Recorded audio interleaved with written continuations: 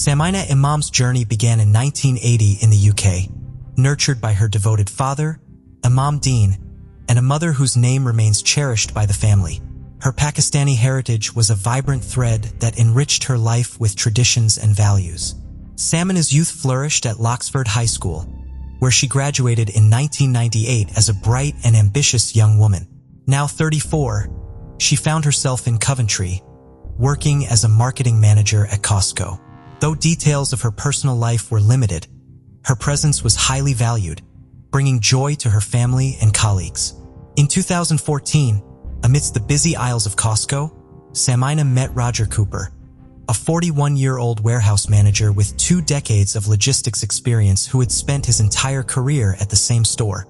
This encounter marked the start of a new chapter for Samina, filled with the promise of new beginnings. Everything seemed to be aligning perfectly for her, with days filled with ease and happiness. However, on Christmas Eve in 2014, an unexpected event shattered her world. As Samina eagerly anticipated her date with Roger that Christmas Eve, she had also arranged to visit her family, particularly to spend time with her ailing mother after the holiday celebrations. Roger promised to celebrate the holidays with her, prompting Samina to book an extravagant 2-night stay at the Malmaison Hotel in Birmingham. With £500 paid, she meticulously organized for meals to be served in their room, setting the scene for what was meant to be a romantic Christmas celebration. As the clock struck 4 p.m. on Christmas Eve, Samina wrapped up her shift at the store. Little did she know that the journey ahead would deviate from the plans she had envisioned. After a brief stop at a liquor store to get a bottle of champagne, she began on her fateful drive toward the Malmaison Hotel. On her way there, she had a final conversation with her sister, during which she inquired about their mother's health. Samina assured her sister that she would be arriving at their parents' home on Boxing Day, December 26, 2014, eager to partake in the family's Christmas celebrations in Essex. This conversation underscored Simeon's commitment to her family and her eagerness to be with them during the festive season. However, her unexplained disappearance following this conversation left her family deeply concerned. What was more concerning was the fact that Simeon even texted her friends wishing them a Merry Christmas, but then suddenly ceased to reply. The abrupt halt in communication, coupled with Simeon's failure to fulfill her planned visit, added to the distress surrounding her disappearance. This led to the police being alerted by Samina's family on December 26, 2014. The investigative saga commenced swiftly, and authorities were trying to do everything to get to the bottom of this crime. Media outlets, both local and social, rallied the community, amplifying the search efforts to locate her. Before we dive in, don't forget to subscribe to our new channel, where we uncover captivating and chilling cold cases that will keep you on the edge of your seat. You won't want to miss the twists and turns we have in store. A missing persons report was filed, prompting authorities to step in and join the search. The police talked to Samina's co-workers at the Costco in Coventry, who provided a crucial detail. One retail worker informed police that he last saw her departing the store around 4 p.m. on December 24th. It was the last time she was ever seen alive. Surveillance footage provided glimpses into Simeon's last known movements, leaving her workplace, purchasing champagne, and departing in her car. Despite these visual clues, her precise location remained elusive. The West Midlands Police Department turned to cell tower data, using it to approximate Simeona's whereabouts. On December 30, 2014, investigators traced Simeona's movements to Leicester, precisely to the residence of David Cooper, Roger's brother, on Christmas Eve at 5 p.m. At the same time, Roger's phone records showed that he was also in the area. It seemed unlikely that it was a coincidence they were both there at the exact same time, raising questions about why they were there together. As the investigation got more complicated, they wanted to know who Samina was going to meet on Christmas Eve. Their attention zeroed in on Roger Cooper, the person she was supposed to spend the evening and the next night with. Roger Cooper was brought in for questioning on January 1, 2015. Now he was the main person the investigators were looking at closely. While they were questioning Roger for details, a new piece of information emerged. Remember how Samina's last mobile signal led to David Cooper's location? investigators considered interviewing David Cooper at the same time. While probing David Cooper's possible involvement, the investigators couldn't ignore a nagging question. If Samina and Roger had already booked hotel rooms, why were they at David's house? This added layer of mystery intensified the suspicions surrounding the case. Before diving deeper into the story, understanding the Cooper brothers' backgrounds becomes important. Their lives and connections might be essential in understanding the mystery surrounding Samina's case. Let's start with Simeon's Christmas Eve date, Roger Cooper. He was born in Leicester around 1973 and excelled as a manager at the Birmingham Costco warehouse. He was admired for his leadership. However, beyond this public role, Roger led a secretive life known only to a few, juggling multiple affairs, including one with Samina Imam and another unnamed Costco employee. He maintained a long-term relationship with his partner, Mira Chavda. Shockingly, Samina was unaware of his long-term commitment. This hidden reality exposed a more complicated and problematic side to Roger than anyone had realized. Roger's carefully constructed facade began to crumble when Simeon discovered the shocking truth. Learning through a coworker about Roger's other relationships shattered her trust as it revealed a web of deceit and hidden liaisons. Now turning our attention to Roger's brother, 39-year-old David Cooper, he added a surprising twist to the unfolding mystery. David, a former soldier, managed a cafe and worked as a doorman. Intriguingly, Simeon's last cell phone signal led investigators to David's address in Leicester. The bond between Roger and David extended beyond family. They shared a close-knit relationship. The brothers shared a mutual love for Star Wars, often using cryptic phrases from the movies to communicate with each other, either referring to the lore of the movies or events from their daily lives. That being said, it's here that the real puzzle surfaces. Did David share any connection with her? These questions loomed large over the investigation, casting a shadow of uncertainty over the ties between Samina, Roger, and now his brother David. Let's look at the dynamics of Samina Imam and Roger Cooper's relationship. Was it genuine, or was Roger merely using her?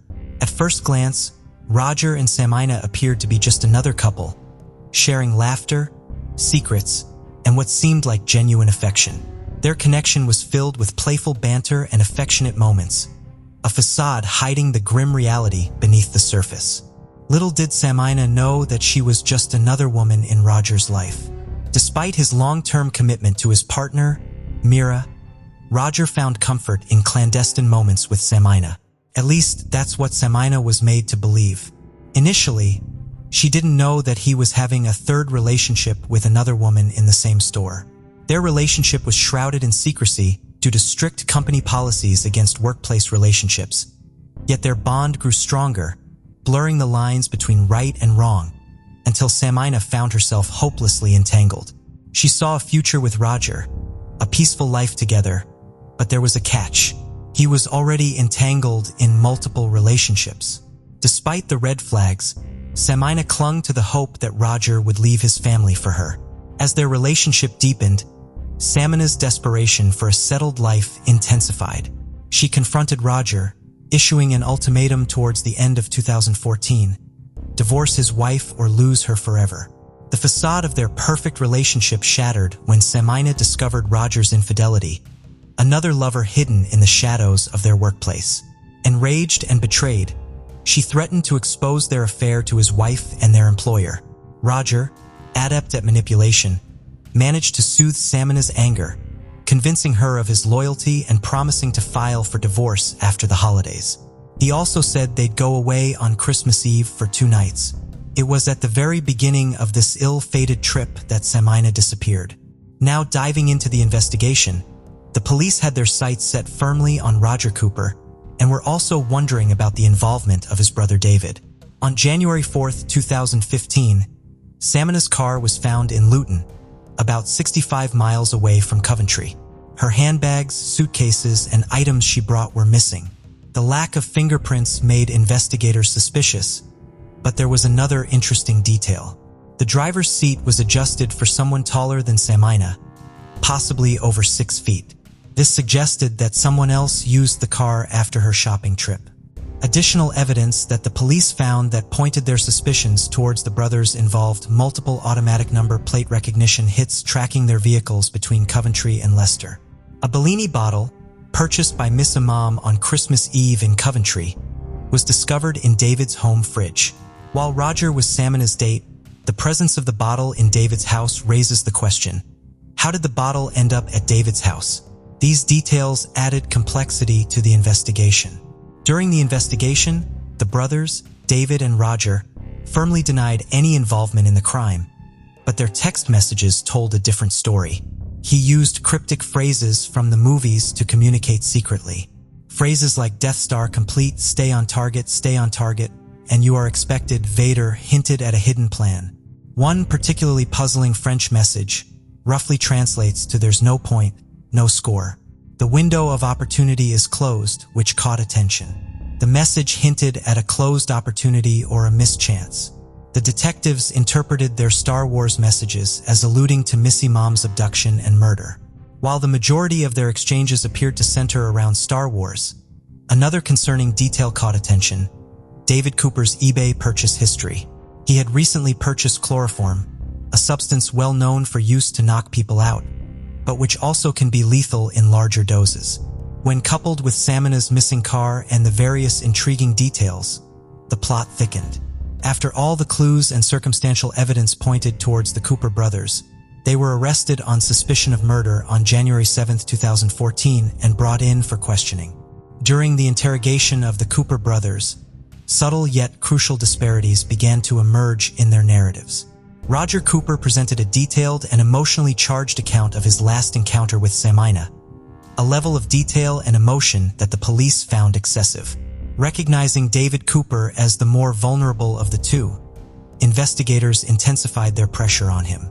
This strategic approach, when applied effectively, can yield significant results, particularly when the person under scrutiny remains unaware of their alleged accomplice's statement. While he initially did try to mislead them, eventually, the police learned what actually happened on that fateful Christmas Eve. Samina had set off with Roger, believing they were headed to the Malmaison Hotel in Birmingham. Without Samina's knowledge, Roger was secretly directing their journey away from Birmingham, heading instead to a hidden location in Leicester, Roger's brother David Cooper's residence. As they arrived at David's house at Hughenden Drive around 5 p.m. on December 24th, Samina, unaware of her upcoming tragedy, greeted Roger's brother with genuine warmth. In a sudden and terrifying move, David and Roger launched themselves at Samina.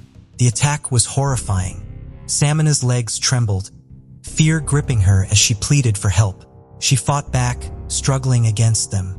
But David, with a cloth soaked in chloroform, covered her mouth and nose, silencing her cries until she couldn't breathe anymore. She faded away around 6:25 p.m., her efforts in vain against the overwhelming force. After the heinous act, Roger heartlessly headed back to Coventry, planning to spend Christmas Eve with his unsuspecting family. He left her body and her car with David, but it would take detectives some more time to figure out exactly what he had done with them. But David astonishingly confessed to assisting his brother in the horrendous act of killing Samina. The detectives learned that Samina tragically passed away due to chloroform toxicity. Investigators discovered compelling evidence in David's eBay purchase history, indicating a purchase of 200 milliliters of chloroform for £12, which he alleged never arrived. Further inquiries revealed David's movements, retrieving Samina's BMW from Coventry on Boxing Day and later abandoning it in Luton. He meticulously wiped away any fingerprints and DNA from the vehicle using a cleaning agent, methodically covering his tracks. Later, he also reveals how he tried to hide Samina's lifeless body, the callous act of killing someone and then referring to them as this thing speaks volumes about the perpetrator's lack of empathy and respect for human life. Such an act speaks to a disturbing level of dehumanization where the victim was stripped of their individuality and reduced to a mere object. This detached and callous language suggests that the act of killing was not just devoid of remorse, but potentially motivated by a deep-seated hatred or an animosity towards the victim. The dehumanizing language serves to further distance the perpetrator from the gravity of their actions, making it easier for them to justify and rationalize their behavior. David's continued refusal to disclose the location of Simeon's body cast a long shadow of suspicion over him. His fabricated stories about others taking the body away only raise further questions. The fabricated stories appear to be a desperate attempt to distance himself from the crime and deflect suspicion. Such behavior is characteristic of individuals who have something to hide, further fueling the flames of doubt surrounding their innocence. While David initially misled the authorities about Simeon's whereabouts, a crucial piece of evidence emerged that ultimately led to the discovery of the truth.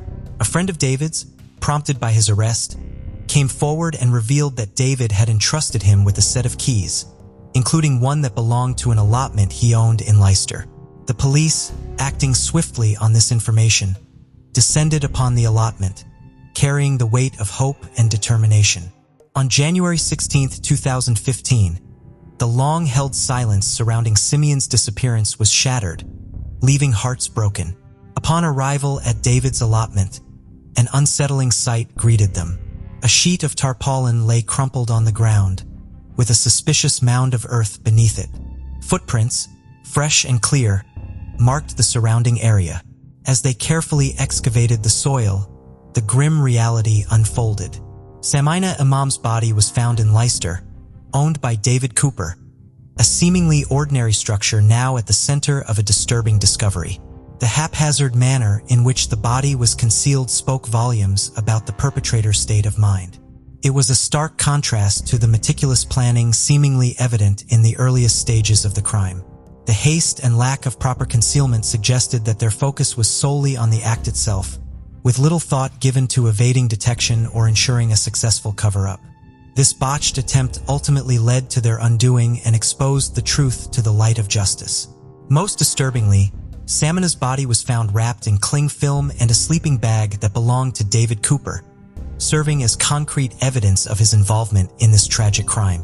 Adding to the grimness was a sign hanging on the shed, its message blunt: "Don't wind me up. I'm running out of places to hide the bodies." The West Midlands police investigation was determined and thorough. They followed every lead carefully, leaving no stone unturned, and pieced together the events leading to Samina's tragic end. What made this ordeal particularly unsettling wasn't only the discovery of Samina's remains. The sign, meant as a joke, became a chilling confession, revealing the darkness lurking beneath ordinary surfaces. It was as if the perpetrator was challenging the law enforcement itself. Post-mortem examinations confirmed that the Cardiff-based shop worker met her demise due to chloroform. Additionally, a peculiar mix of metallic elements, antimony, cadmium, tin, mercury, and arsenic, was likely administered to Samina Imam in a liquid form. During the 8-week trial, the chilling truth emerged. Roger Cooper carefully planned to silence Samina Imam for months, fearing she would expose their affair. The brothers, 41-year-old Roger and 39-year-old David Cooper, remained composed during their trial, avoiding eye contact as the jury unanimously convicted them at Birmingham Crown Court. Later, on October 20, 2015, during the trial, Roger made a shocking admission, revealing that a seemingly puzzling message, "You are expected, Vader," was actually a coded reference to Miss Imam. He claimed it was part of a surveillance effort to determine if she was involved with someone else. But the truth was the brothers' first attempt to harm Samina Imam took place way before in December at Soil Hill Premier Inn. Samina was a regular guest and planned to spend the night there following a Christmas party. Under the guise of a surprise, Roger had instructed Samina to meet him at the hotel, claiming to have booked a room for them. However, the surprise was a lie. No room had been booked, and Roger wasn't planning to be there. Meanwhile, David, Roger's brother, lurked in a rented car parked in the hotel's car park, prepared to abduct Samina. To communicate their plan, the brothers relied on cryptic messages coded in Star Wars references, like Death Star complete and stay on target. Stay on target. You are expected, Vader. However, on that day, the taxi stopped right at the entrance, which didn't give David a chance to get close to Samina. The plan failed, and Samina safely entered the hotel. Frustrated, David sent a message to his brother in broken French, which translated to "There's no point, no score. The window of opportunity is closed." Simeon, just 34 and one of Roger's lovers, was later overpowered on Christmas Eve of 2014 at David Cooper's home, meeting a tragic death by chloroform. Despite their calm facade and planning, justice caught up with the brothers. Arrested under suspicion a week before Samina's body was discovered, they couldn't escape the truth uncovered by post-mortem tests. Their arrest and subsequent conviction by Judge Thomas on October 21, 2015 led to a life sentence for each, with a minimum of 30 years of prison time. While sentencing the Cooper brothers, the killers, for life, Judge Thomas told the siblings, "The use of poison in a case such as this demonstrates a cold-blooded intention to kill, regardless of the consequences. You work together hand in glove in planning and carrying out the murder of a joyful and bubbly young woman, brutally betrayed by a man she loved and his brother." DCI Caroline Marsh, senior investigating officer, shared her views on this case outside court. She said, "I would say this is the most callous offense I've ever investigated. Most murders that occur are spontaneous events driven by anger or jealousy. Whereas in this case, what we uncovered was weeks of planning to kill Samina and a really unusual cause of death. We rarely see chloroform homicides. It's a mystery to the investigation why David Cooper would do something like this for his brother. An extreme act to kill a woman that he hardly knew. Their cryptic messages and meticulous planning failed in the face of justice, ensuring they'll spend all of their remaining Christmases behind bars, serving their deserved punishment. The anguish of losing Samina in such cruel circumstances was overwhelming for the family." The statement released by Samina's younger brother, Imran Imam, reflected the profound impact of her loss. He mourned not only the loss of his sister, but also the absence of her guidance and support during challenging times. Imran expressed the torment of contemplating Samina's final moments and the pain of not being able to seek her counsel anymore. The reminders of her absence were constant, with everyday triggers evoking memories that intensified their grief. This made it even more challenging to come to terms with their loss. The family's sentiments echoed a collective sense of shock, sorrow, and fear as they grappled with the reality of Samina's untimely and tragic demise, leaving an irreparable void in their lives. As we close this chapter on the tragedy of Samina Imam, it's impossible not to be shaken by the sheer senselessness of it all. Roger had countless opportunities to avoid this irreversible path. He could have chosen honesty, transparency, or even simply ending the relationship. Instead, he and his brother embarked on a calculated, cruel course of action that resulted in the loss of a vibrant life. This case stands as a stark example of the devastating consequences that can unfold when we prioritize personal desires over basic human decency. Let it serve as a cautionary tale, urging us to choose compassion and integrity over expediency and self-interest. May Simeon's memory inspire us to uphold the values of honesty, respect, and accountability, ensuring that such a tragedy never befalls another innocent soul. Most people today link the Twin Towers with the terrorist attack that brought them down on September 11, 2001. However, fewer are aware that this was the second terrorist attack on the World Trade Center. On February 26, 1993, a bomb detonated inside a van parked in an underground garage near the North Tower. The explosion created a crater that was 150 feet wide and 5 stories deep, injuring over 1,000 individuals.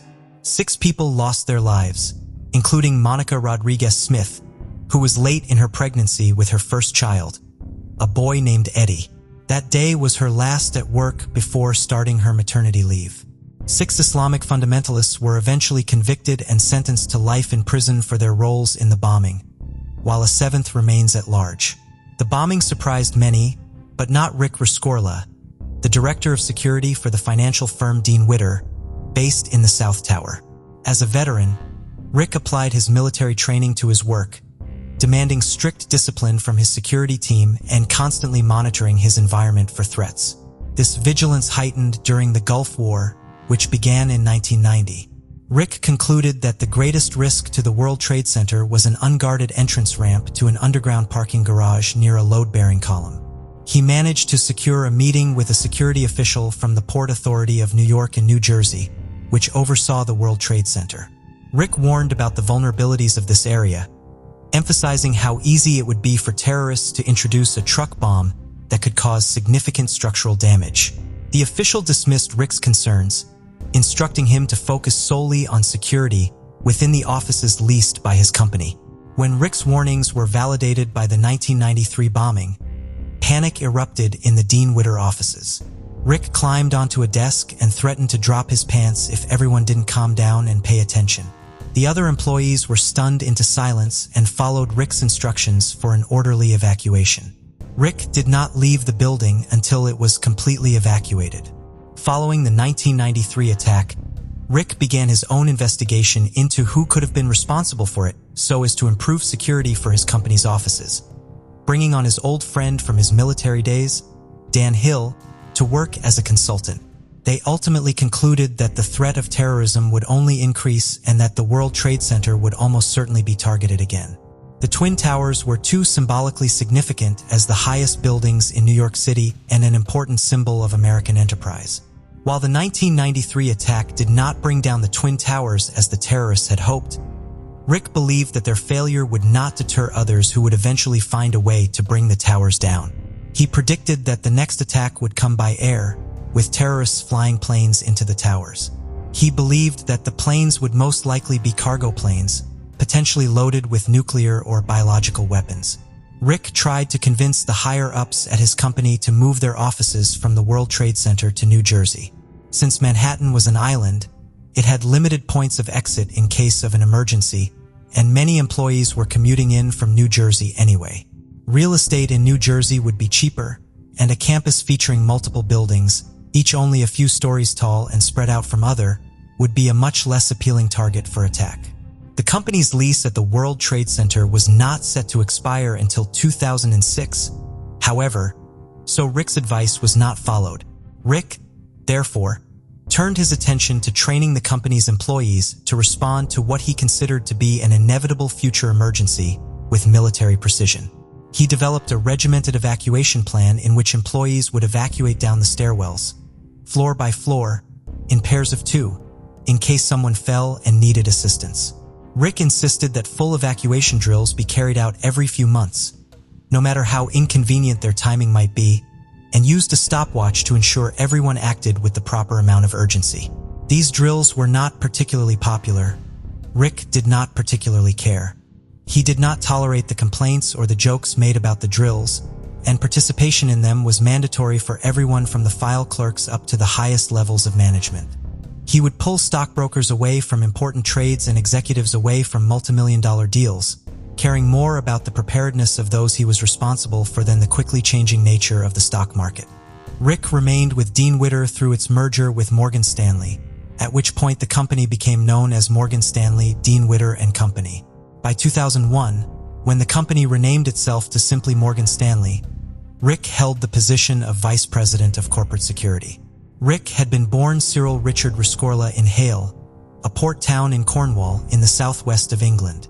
He left home in 1956 at the age of 16 to join the army. He enlisted in the British Army the following year, training as a paratrooper and then serving as an intelligence officer in Cyprus from 1957 to 1960. He then spent 3 years as a member of the Northern Rhodesia Police, serving as a police inspector with British colonial forces there. He then returned to the UK and joined the Metropolitan Police Service in London, but ultimately decided he was not ready to give up his life as a soldier. Rick's experiences with the British Army had left him with strong anti-communist sentiments. In light of the increasing conflicts in Vietnam, he determined that his best chance at fighting communist forces was by joining the American military. He came to America in 1963, going through basic training at Fort Dix in New Jersey, an officer cadet school at Fort Benning in Georgia. He graduated from the latter in April of 1965 as a second lieutenant. He was unassigned to lead a platoon in Bravo Company of the 2nd Battalion of the 7th Cavalry and sent to Vietnam that fall. The first major battle between the United States Army and the People's Army of Vietnam was the Battle of Ia Trang in November of 1965. Rick's unit was sent into the Ia Drang Valley on the second day of fighting to replace the company who had arrived at a landing zone the day before and then been almost completely taken out during a firefight. Retired Army General Harold G. Moore would later describe Rick as the best platoon leader he ever saw. He was a ruthless, ineffective soldier who kept a sense of calm and purpose even in the face of devastation. At night, as Rick made his way through what would come to be known as the Valley of Death to check on his men and ensure that they had supplies, he sang the Cornish folk songs of his youth. According to Bill Lund, who served with Rick, "We all thought we were going to die that night, and Rescorla gave us our courage back. I figured, if he's walking around singing, the least I can do is stop trembling." The following morning, the company successfully held off 4 separate assaults while sustaining minimal casualties. Rick's service in this battle was commemorated in a photograph of him that would later be used on the cover of We Were Soldiers Once and Young, a book by Harold Moore and Joseph Galloway about the battle.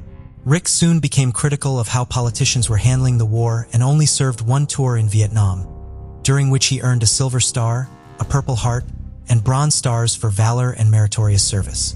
He finished his time with the Army back at Fort Benning and obtained his U.S. citizenship. As strong of a soldier as Rick was, there was more to him than his physical strength and calculating mind. He was highly intelligent and wrote poetry and eventually a screenplay. He had an interest in the arts and philosophy, researching various schools of each throughout his life, and was well versed in history. In 1968, Rick used his military benefits to begin classes at the University of Oklahoma.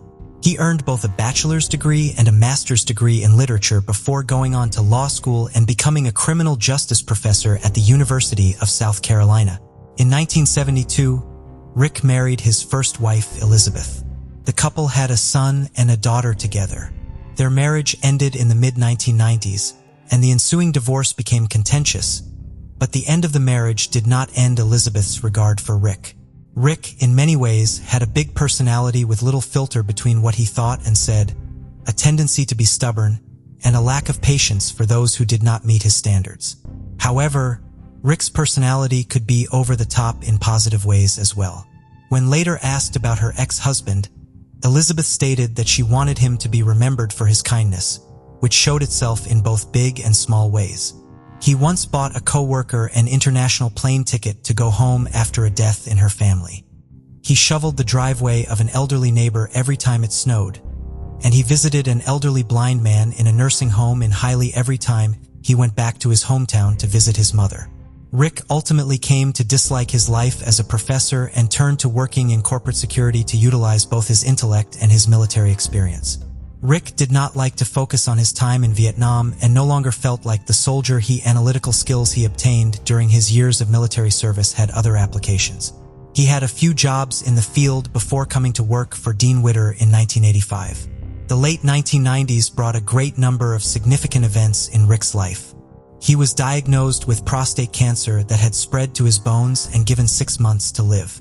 Despite his doctor's initial assessment, his cancer went into remission. In the ensuing years, he began studying Zen Buddhism and Greek philosophy. In February of 1999, he married his second wife, Susan. They had met the previous July while Rick was out jogging, and Susan questioned him as to why he was doing so barefoot. He replied that he needed to know how it felt to run without shoes on for a play he was writing. That play was based on his time in northern Rhodesia, where many of the residents regularly went barefoot. Rick was not supposed to be in the United States, much less at work. On September 11, 2001, his stepdaughter was getting married in Italy, and he and his wife, Susan, had planned to arrive early so that they would have more time to spend in the country. Rick was going to take the full week of September 10th off, but his deputy also wanted that time off to visit family in Lebanon. Rick let him have those days off instead. Rick was therefore in his office on the 44th floor of the South Tower when American Airlines Flight 11 was flown into the North Tower at 8:46 a.m. Initially, those inside the South Tower were ordered not to evacuate, with messages coming over the loudspeakers throughout the tower telling everyone to stay where they were. Rick Rescorla did not care about what the official orders were. He immediately recognized that those in the South Tower were not safe and began the evacuation he had forced Morgan Stanley's employees to practice so many times. Within minutes of the plane hitting the North Tower, thousands of Morgan Stanley employees working on the 44th to 74th floors of the South Tower began evacuating. 1,000 Morgan Stanley employees working in nearby Building 5 of the World Trade Center also began evacuating. While he was in the process of overseeing the evacuation, Rick made a short phone call to his old friend, Dan Hill. He very colorfully expressed his frustration with the order not to evacuate and the very colorful refusal he had given to the Port Authority when they gave him the order directly by phone. He was going to get the employees he was responsible for to safety, regardless of how the Port Authority wanted him to handle the situation.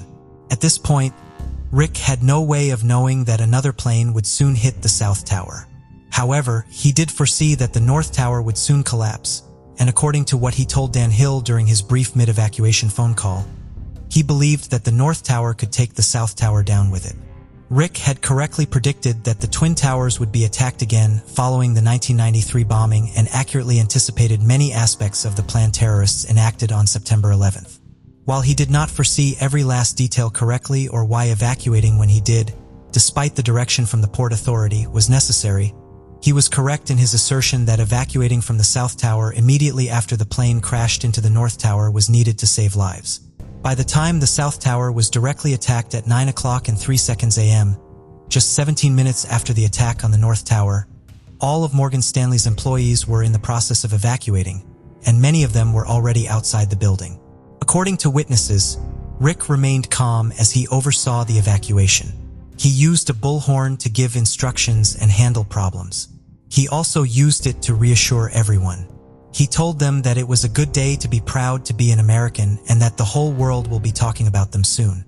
He also sang over the bullhorn, singing both American patriotic songs like God Bless America and the Cornish songs of his youth, as he had done years before on the battlefields of Vietnam. After overseeing the evacuation of Morgan Stanley's employees in the South Tower, Rick did not evacuate himself. Instead, he remained inside the building looking for stragglers and people who needed help getting out. After Morgan Stanley's evacuation was complete, someone told him to get out of the building as well, to which Rick replied, "You hear those screams? There's more people up there. I have to help get them out." He was reportedly seen as high up as the 72nd floor looking for people to help, working his way back down floor by floor. During this time, Rick called his wife, Susan, and told her, "Stop crying. I have to get these people out safely. If something should happen to me, I want you to know I've never been happier. You made my life." Shortly before the South Tower collapsed, a regional manager from Morgan Stanley saw Rick helping someone in the 10th floor stairwell. He told Rick he needed to get out of the building. Rick again promised he would leave as soon as everyone else was out of the building. He did not get the chance to before the tower collapsed. Rick had always been uncomfortable with any description of him or any other soldier who survived the Vietnam War as a war hero. He once told his wife, Susan, "The real heroes are dead." By his own definition, Rick became a hero on September 11, 2001, at the age of 62. Morgan Stanley had over 2,700 employees in the South Tower that day, and all but 6 of them survived, thanks in large part to Rick Riskola's efforts on and before the day of the attack. 3 of the dead were Rick and his 2 security officers, who stayed back with him. Rick's body was never recovered from the rubble of the South Tower. He had always told his wife, Susan, he did not want a large funeral. He loved to visit a bird sanctuary in New Jersey, particularly to see the eagles in its care, and he had once asked Susan to make a donation to the sanctuary in his name if she wanted him memorialized in some way after his death. Susan honored this request, and a plaque honoring Rick was installed outside of the eagle cage. Rick has also been memorialized multiple times in both his native and adopted countries, with new honors still being bestowed upon him in 2023. On the first anniversary of his death, a granite memorial was unveiled across from his childhood home in Hyley. The memorial was funded in large part by donations from members of the community. A family-owned brewery also brewed a special beer and gave the profits from its sale to the fund.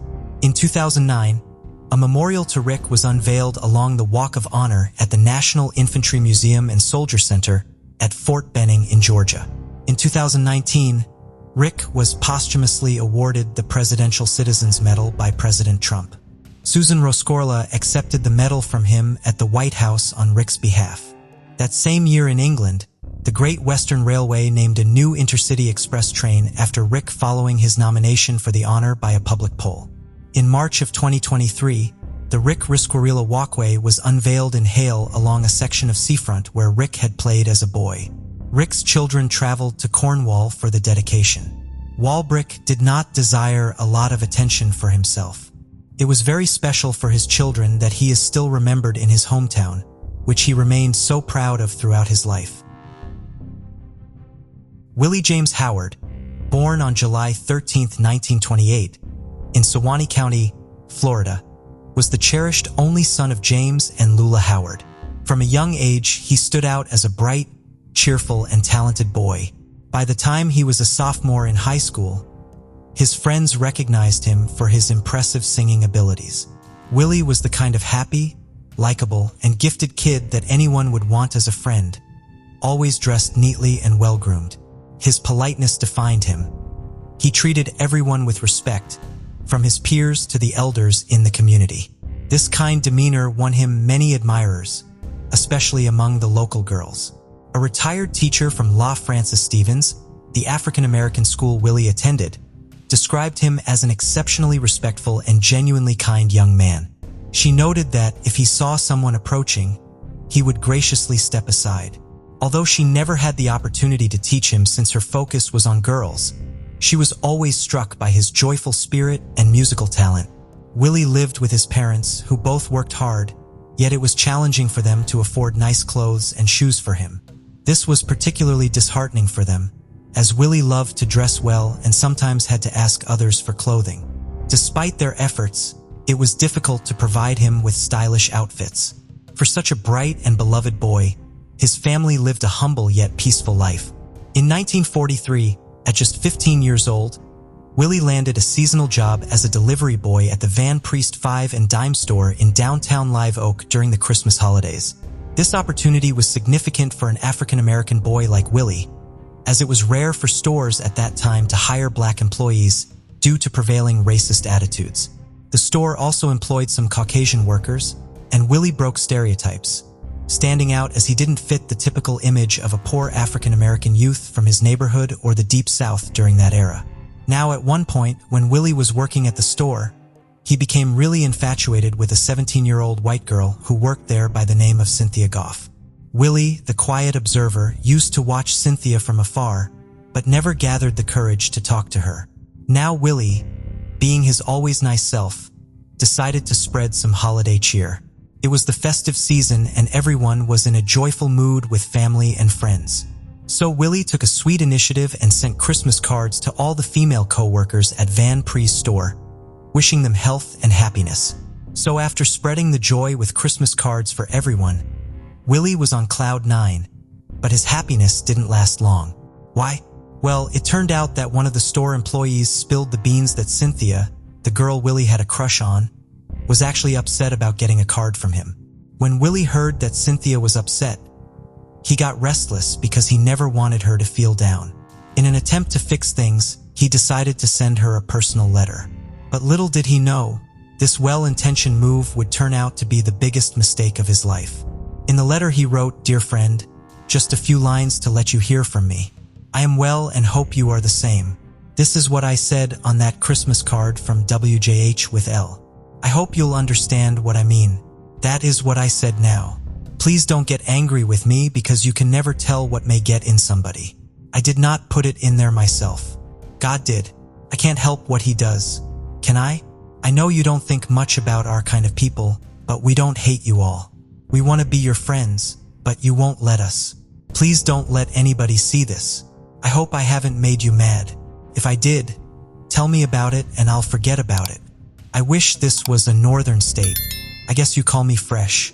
Write and tell me what you think of me, good or bad. Sincerely yours, with L from YKW to Cynthia Goff. I love your name. I love your voice. For ASH, you are my choice." In the letter to Cynthia, Willie spilled his feelings, sounding like he was asking her to be friends. He wrote, "I know you don't think much of our kind of people, but we don't hate you. We want to be your friend." It's like he sensed that Cynthia might not be too keen on hanging out with people like him. But Willie was still hopeful. Even if Cynthia hadn't been the friendliest to people of his race, Willie, being the hopeful romantic, didn't want to give up on trying because he really liked her. So at 15, Willie had a pretty clear picture of what he wanted in life, and he understood every word he wrote in that letter.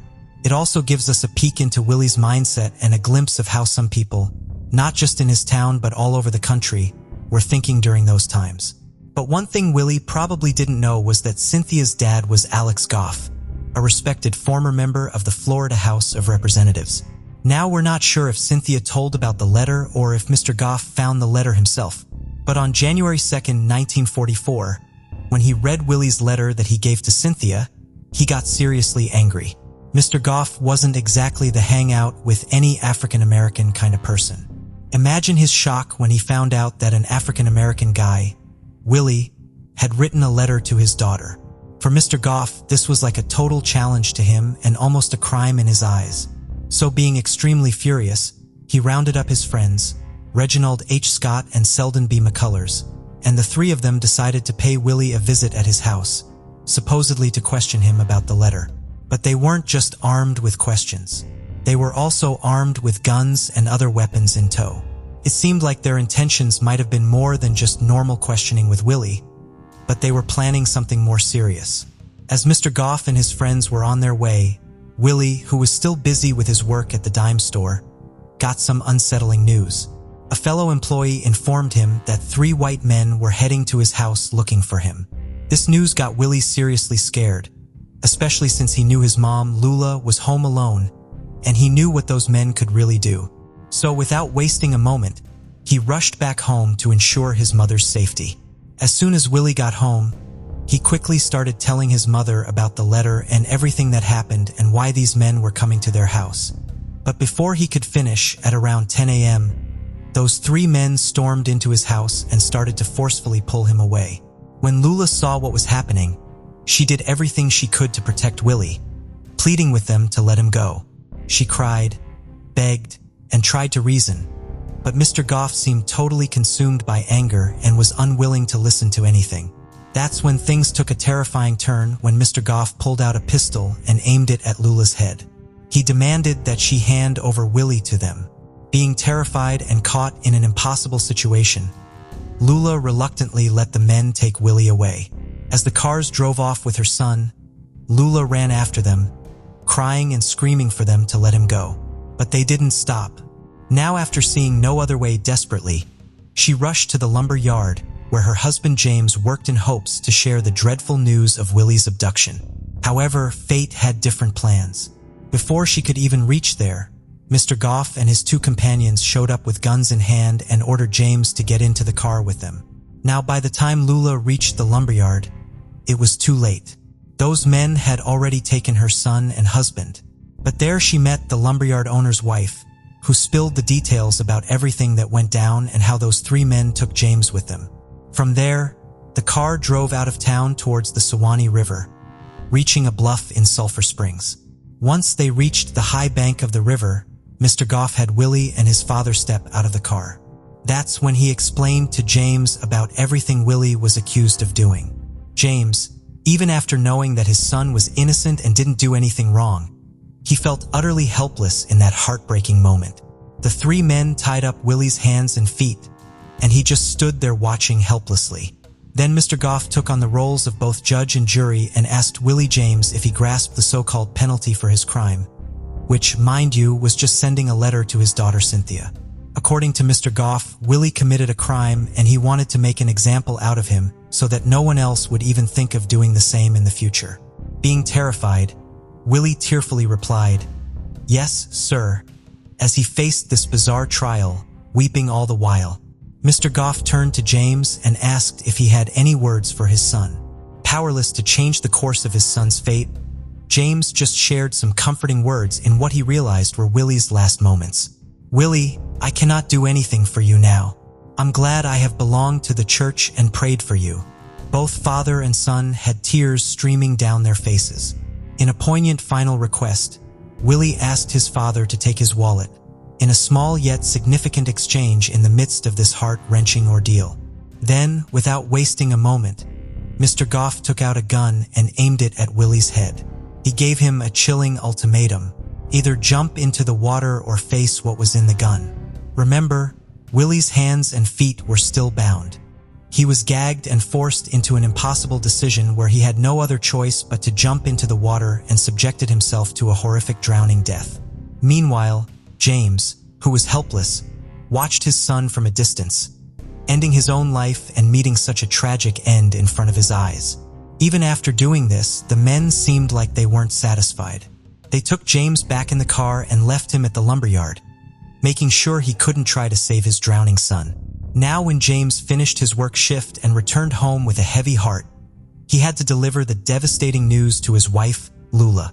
James sadly informed her that Willie wouldn't be coming home again, even though Lula was somewhat prepared for the news since she knew what the man had intended. But hearing it from James, she couldn't hold back her tears. It was a heartbreaking moment for the family. Now, if you think that's the end of the story, then hold on tight because the story doesn't stop there. The white men went back to the Suwannee River, retrieved Willie's body, and buried him, but they weren't done. They crafted their own version of events, and here's where it gets really interesting. Mr. Goff, being a representative with some serious power, headed straight to Tom Henry, the sheriff of Suwannee County in 1944. There, the three men gave Sheriff Tom a written statement in which they shared their side of the story. According to them, they picked up Willie James from his house and brought him to his father, James, with the intention of having his father whip him over the letter. Further, they claimed that upon reaching the river, Willie actually resisted his father's attempt to discipline him. According to them, in his struggle to break free, Willie accidentally fell into the river and drowned himself. They insisted that they tried hard to rescue him while his father supposedly stood by, doing nothing. It was a strategic move on their part, telling their version of events in advance because they knew that the sheriff would believe them more than the Howard family. It was done to secure their innocence and avoid being suspected of Willie's death. But the question was, even if Sheriff Tom decided to buy into the story that Willie drowned himself, why didn't he slap them with a kidnapping charge, even though they themselves had straight up admitted that they grabbed the boy from his house? Even back in Suwannee County in 1944, it was against the law to forcibly take a child from his mother. Yet the white community seemed to swallow the story hook, line, and sinker. In their eyes, the African-American boy's demise was just a tragic accident. In reality, Willie was kidnapped, murdered, and buried within a mere 24 hours without leaving a proper grave marker. Sadly, Willie's case wasn't the only one, and he wasn't the only African-American boy to endure such cruelty. In August 1955, another tragic incident unfolded in Florida with Emmett Till, a 14-year-old African-American boy who faced lynching at the hands of 3 white men, all because he supposedly got physical with a white woman. Racism has been around for a long time and, unfortunately, it still exists in many parts of the world. Many cases of lynching have remained hidden which never came to light, and the stories often go unheard. Willie's case would have also been one of those cases, and no one would have ever known until one day, fate took a turn. Elbert C. Robinson, an African-American attorney from Live Oak, then in 1944 living in Washington, D.C., came home for the holidays. There, he heard from the owner of the lumberyard about an African-American child being lynched, and he was so disturbed by this injustice that just 2 days after Willie's murder, on January 4, 1944, Robinson wrote a letter to the NAACP in Washington, D.C. Little did he know that this letter would set in motion the involvement of Thurgood Marshall, who in 1944 became the first African-American person to serve on the United States Supreme Court, ensuring Willie's story wouldn't be buried in silence. The letter dated January 4, 1944 stated, "While visiting in Florida during the Christmas holidays, one of the most gruesome cases imaginable was called to my attention. The people who relayed the facts in this case to me asked that I withhold their names, but implored me to get the facts in this case through to the NAACP as soon as possible.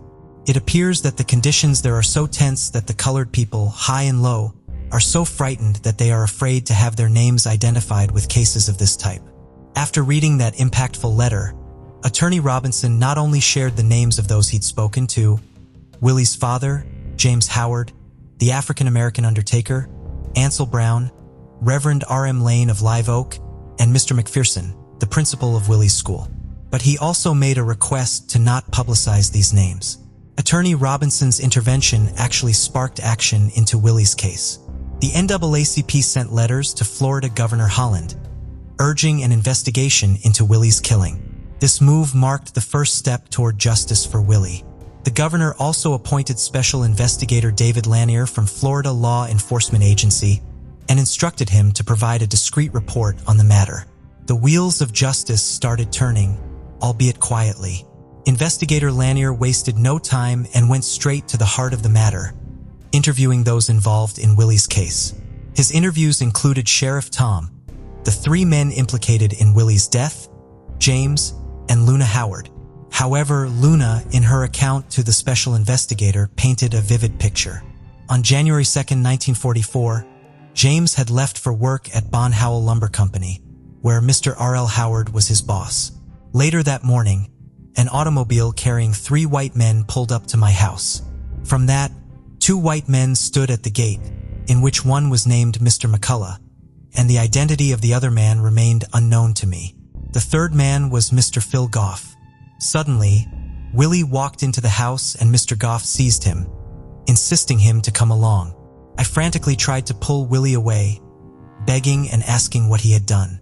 In the midst of this, Mr. Goff produced a revolver, pointing it at me. He forcibly dragged Willie to the car, joined by the other white men, and sped off towards Live Oak. I chased after the car, but it quickly got away from me. Once the interviews were done, Investigator Lanier was convinced that the 3 men were responsible for Willie's tragic end.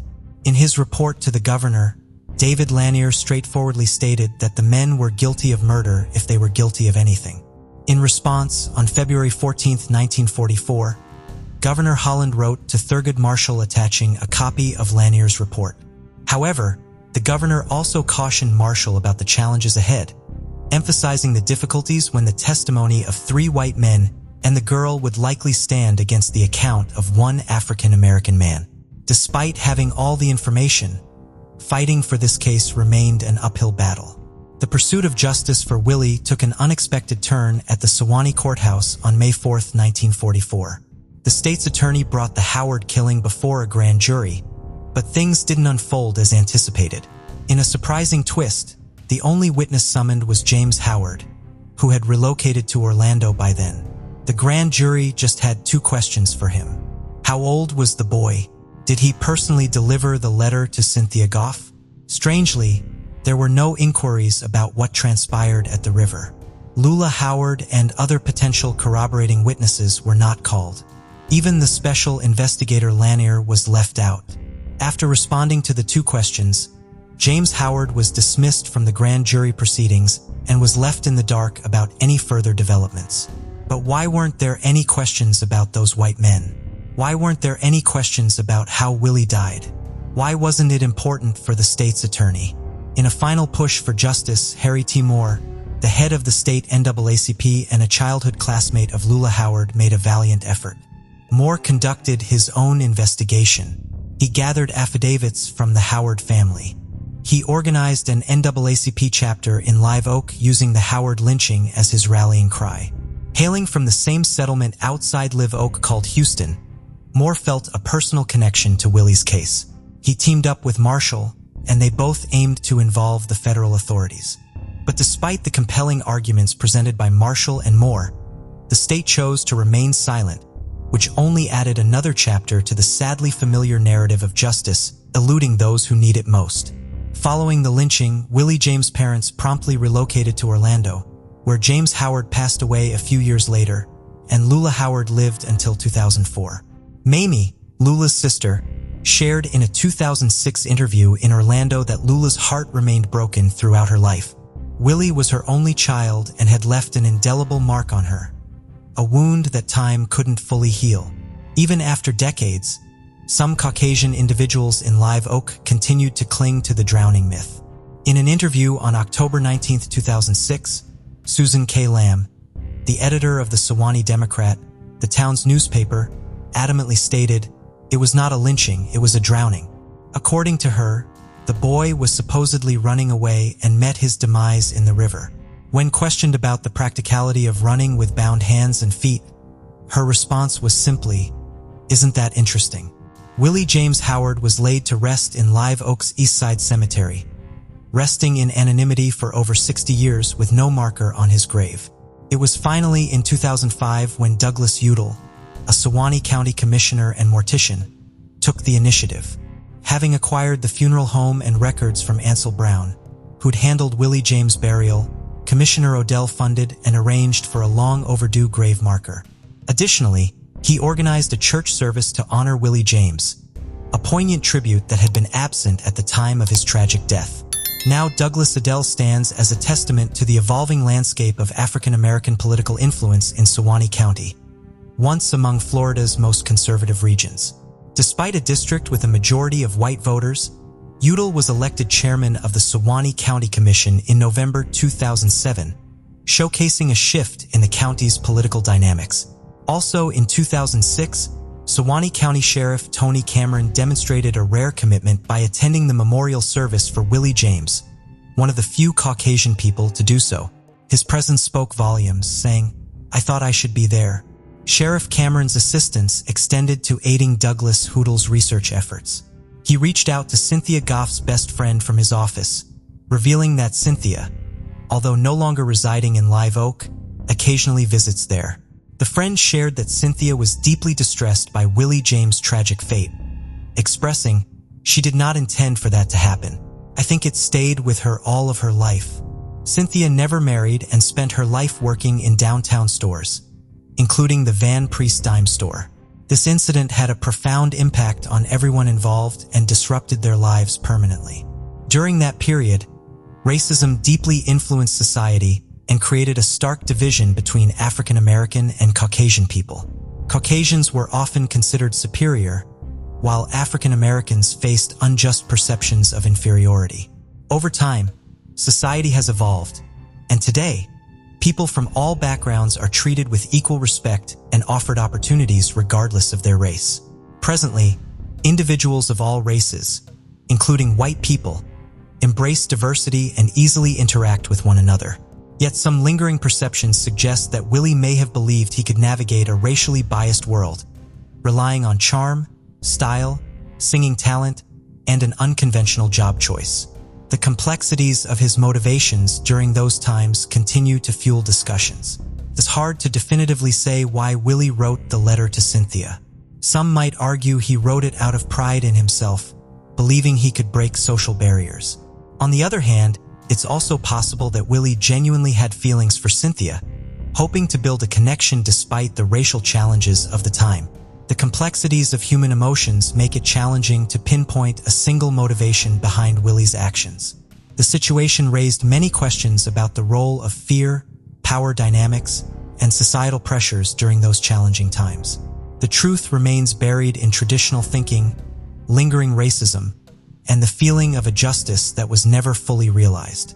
So we leave you with this: what are your thoughts on whether James truly chose not to save Willie, or if external factors hindered his ability to intervene? Additionally, considering the gravity of the situation, what punishment, in your opinion, would be fitting for the three men involved in taking Willie's life? John Jack Cummings was a student at the University of Wisconsin in 1942 when he enlisted in the Army. On January 23, 1945, his parents, Helen and Leo, received a telegram at their home in Juneau, Wisconsin, informing them that their son was missing in action. Initial military records indicated that Jack went missing on January 4, 1945, but this date was slightly inaccurate. On the night of December 31, 1944, the German army launched Operation Nordwind, their final large-scale offensive on the Western Front against the U.S. 7th Army, which was stretched thin along a 68-mile front. At that time, Jack was serving with Company A, 270th Infantry Regiment, 70th Infantry Division, which had arrived at the Rhine River just 2 days prior to reinforce the Alsace area. The men of Company A were positioned along the French side of the river in foxholes, instructed to remain vigilant for German soldiers across the water. They were also ordered to remove any unit patches or identifying insignia from their uniforms to prevent the Germans from gathering intelligence about troop movements if any were captured. Unfortunately, this directive would later complicate the identification of soldiers' remains. On December 31st, 22-year-old Jack was stationed in a foxhole approximately 10 yards back from the riverbank near the French village of Newhousel, armed with a Browning automatic rifle. Two of his fellow soldiers saw him there early that night as darkness began to fall, and he reported that he was doing well. Sometime later, however, they heard machine gun fire and rushed back to Jack's position. When they arrived, instead of finding Jack, they found his helmet with a bullet hole in it and a bloody piece of skull. Jack's weapon and equipment were also gone. There were drag marks in the ground down to the river. The Army officially confirmed that Jack was dead in November of 1945. A report from the Army stated, "It can be presumed that Cummings was killed by the enemy and his body thrown into the Rhine River. Further search for the remains of this soldier would be futile." Jack's family was not so easily convinced that finding Jack's remains and having them returned home for burial was a lost cause. They received limited information from the Army as years passed, but tried to be active in the search for Jack's body. In 1947, Jack's mother Helen wrote to the Army about offering a reward in Germany for information that would lead them to Jack's remains. She was willing to pay for such a reward, but was asking for the Army's help in spreading information about the reward within Germany. The Army told Helen that they could not help her. Both Helen and her husband, Leo, would die without seeing their son's remains returned home. Leo passed away in 1963, and Helen passed away in 1972. Jack's younger sister, Mary Ellen, eventually married, and she and her husband had 12 children. According to one of those children, Jack's nephew, Mark Hartzheim, his grandparents rarely discussed his Uncle Jack. They just never talked about this much. That was typical, I think, of people from that generation. They compartmentalized things and internalized them and didn't dwell on them, but I'm sure it haunted them and troubled them the rest of their lives, he told the Washington Post in 2018. It would be Mark who set in motion the events that ultimately led to Jack's remains being identified and returned to the United States. He began doing research on his uncle, and in 2014, he signed up to attend a government-sponsored meeting for family members of missing in action soldiers. Once he did so, a government historian named Ian Spurgeon was assigned to revisit Jack's case. When he began his work on Jack's case, Ian found that Jack's files had not been accessed for decades. He began using these files, the National Archives, and a Defense Palmia Accounting Agency database of locations where the remains of unidentified World War II servicemen had been recovered. Ian focused on the area where Jack had gone missing and presumably been killed, and came across an account of a soldier working for the American Graves Registration Command in a grave he had discovered in Ifsheim, Germany, right across the Rhine River from Jack's last post. In 1946, the mayor of Ifsheim told the soldier that another American soldier was buried in the area. The grave was roughly 30 yards away from the river behind a German pillbox. It was marked with a wooden cross on which was written, in German, "Here lies a fallen USA soldier," and the date of December 31st, 1944. The Graves registration soldier was able to speak to a former German soldier who had helped bury the American soldier and still lived in the area. He confirmed that the soldier buried in the grave was an American. The nameless soldier had been killed near Newhousel by members of a German raiding party that had attacked across the river on New Year's Eve of 1944. On May 10, 1946, the remains were exhumed. By this time, only the soldier's skeleton remained, and there were only scraps of his clothing left. No dog tags were found with the remains. Since the soldier could not be identified, the remains were given the designation X-454 and ultimately buried in an American cemetery in France known today as the Lorraine American Cemetery, along with thousands of other unidentified American servicemen. Ian then began the process of filing a request with the Army to exhume the remains in order to scientifically analyze them to confirm if they belonged to Jack Cummings. He conducted further research and eliminated other soldiers as potential matches before making the formal request. The Army agreed to it, and the remains designated as X-6454 were disinterred in October of 2016 and flown to Offutt Air Force Base in Nebraska for testing at a Defense Palmia Accounting Agency laboratory. The bones were examined by anthropologists, and Jack's relatives provided samples of their DNA for comparison. On July 23, 2018, Mark Hartzheim was driving his 7-year-old son to the movies when he received a phone call informing him that the remains had been confirmed to be those of his uncle, Jack Cummings. On October 13, 2018, Jack was buried with honors in Hazelhurst, Wisconsin, next to his parents. His sister, Mary Ellen, who was just 17 years old when her brother was killed, was still alive at age 91 to see her brother finally return home. Lawrence Everett Dixon was born in 1920 and was a native of South Carolina. He loved music and taught himself how to play the guitar. He had a warm and friendly personality, according to those who knew him. Lawrence eventually moved north to New York City and studied chemistry for 2 years at the City College of New York. While still in New York, he married his wife, Phyllis, in November of 1941. The following July, the couple welcomed their daughter Marla. When World War II broke out, Lawrence joined the Army Air Forces and became one of 900 African-American pilots who trained at the segregated Tuskegee Army Airfield in Alabama. He graduated from flight training on March 25, 1943, in Class 43C. That December, he became one of 400 Tuskegee airmen who flew overseas during the war when he deployed to Italy with the 100th Fighter Squadron. In the following year, he flew over 60 missions and was awarded the Distinguished Flying Cross. Captain Dixon would have been eligible to temporarily return home on leave after flying 70 missions. At the time, wait pilots received their leave after flying 50 missions. On December 23, 1944, 24-year-old Captain Dixon took off for his 68th mission in his P-51D Mustang at Ramiatelli Air Base in southern Italy. He was flying to Nazi-occupied Prague, leading a 3-plane escort of an unarmed photo reconnaissance plane. Approximately an hour into their flight, Captain Dixon radioed the other planes that he was having engine problems and his plane was losing speed.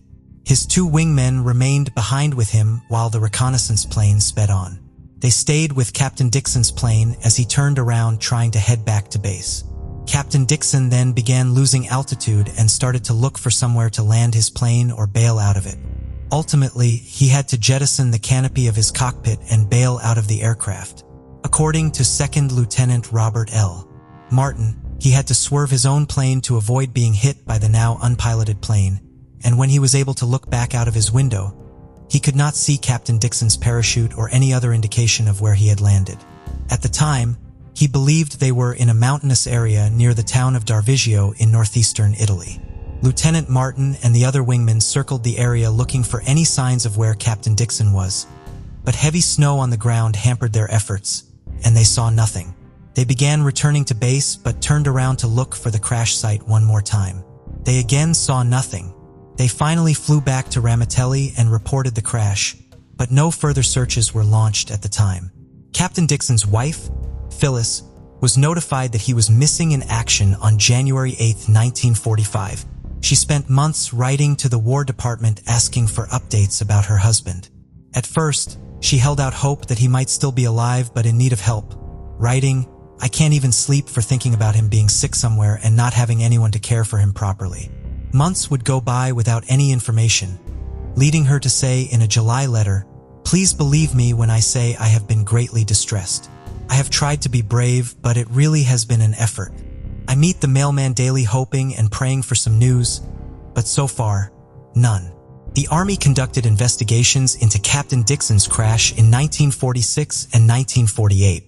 Their efforts located other crash sites, but not Captain Dixon's. The Army declared his remains unrecoverable on September 29, 1949. Captain Dixon's wife, Phyllis, would never receive the news of her husband she tried hard to get from the Army. She passed away on December 28, 2017 at the age of 96. Less than a year later, however, her daughter Marla would finally get answers about her father's fate. Phyllis had died knowing that efforts were being made to finally locate her husband's remains.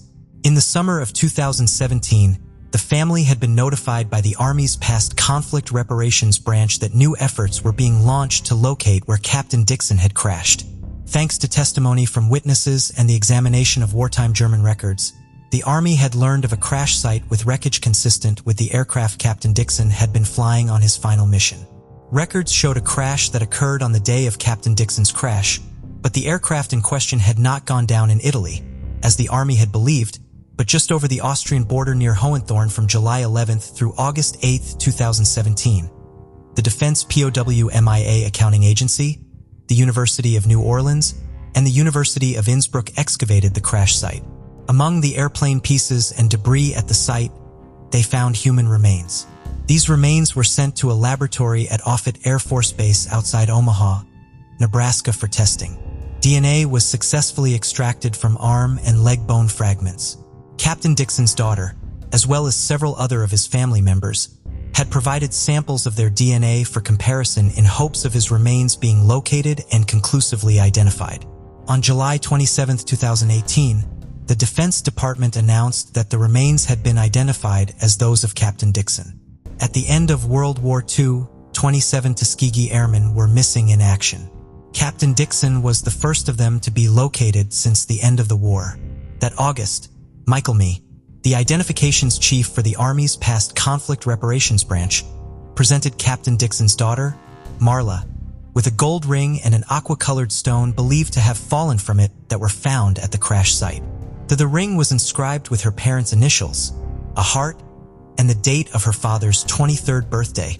Marla believed the ring was a gift from her mother to her father for his birthday. He had loved the color aqua. Small portions of a harmonica and a small cross found amongst the debris at the crash site were also returned to Marla. Captain Dixon's wife Phyllis had remarried and had 2 more children, so Marla grew up with siblings and a stepfather. However, she never stopped missing her father for feeling as though her life would have been different had she not felt the void his loss had left in her life. She was always looking for ways to connect with her father and kept his files and displayed his photographs in her home. Her father's wingman, Lieutenant Robert L. Martin, wrote her a letter detailing her father's final mission some 50 years after the war ended so that she would know as much of his story as possible. The act of writing to you so many years after brings to me a sadness, and yet I hope it will bring you a moment of peaceful remembrance of a loving father whom you lost, Lieutenant Martin wrote. He passed away at his home in Olympia Fields, Illinois the day before the announcement of Captain Dixon's remains being formally identified was made. He was 99 years old. Lieutenant Martin's daughter, Gabrielle, came in her father's place to honor Captain Dixon when he finally received a proper burial. On March 22, 2019, nearly 75 years after his death, Captain Dixon was laid to rest at Arlington National Cemetery. His daughter and the grandchildren he never got to meet were there for the service and to receive the flag from his casket.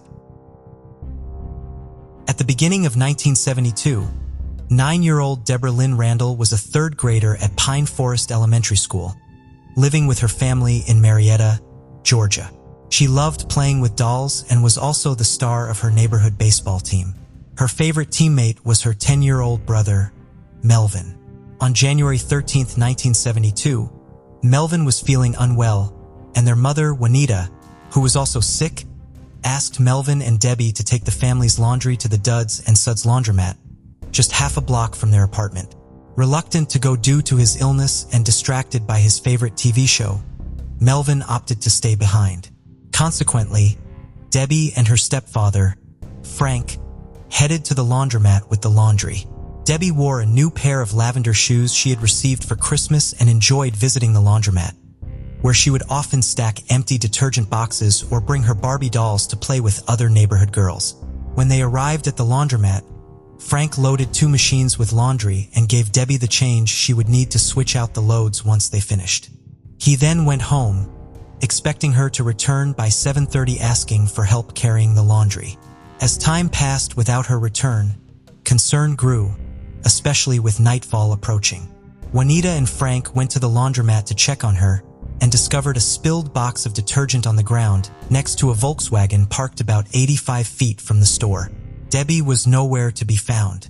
According to some girls who had been folding laundry at the laundromat, Debbie had gone outside at 7:15, telling them goodbye as she left. It soon became apparent that Debbie had been abducted.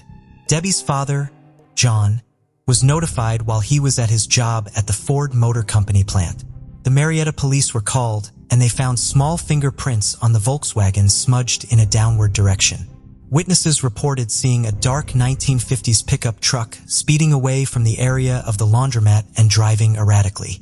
Police eventually learned that a 12-year-old girl witnessed the actual abduction. She had not reported it immediately because she believed the little girl she saw a man grab must have been his child who had misbehaved and was being taken home. The man nearly ran her over as he sped away, and she could briefly see him glaring back at her in the truck's rearview mirror as he drove away. Another witness saw a man driving a pickup truck similar to the one later seen speeding away from the scene around 7 p.m. as it parked next to the Volkswagen where child-sized fingerprints were later found.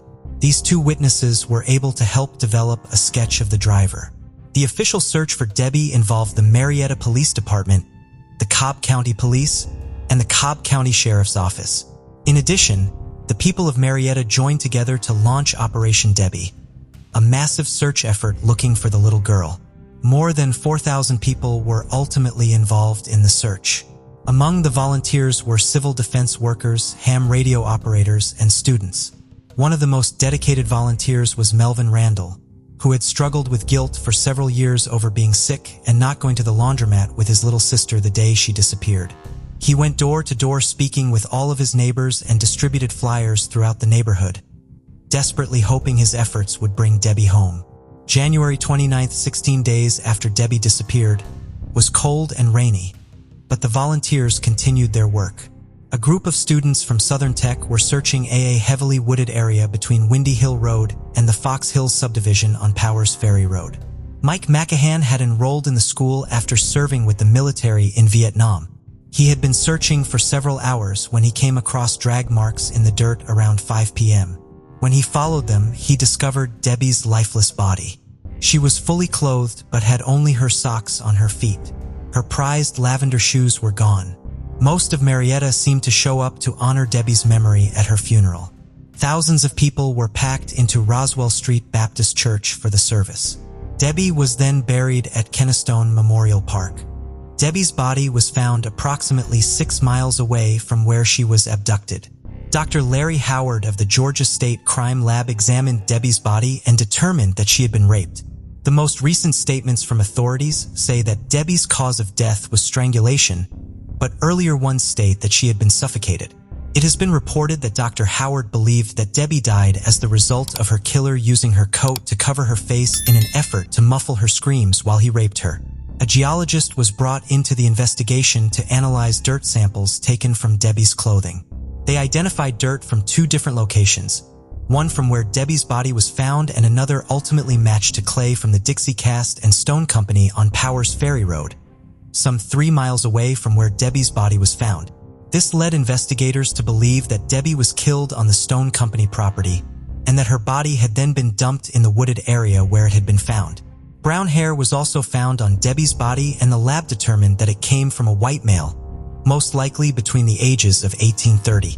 Police conducted numerous interviews and followed up on hundreds of leads, but Debbie's killer remained unidentified.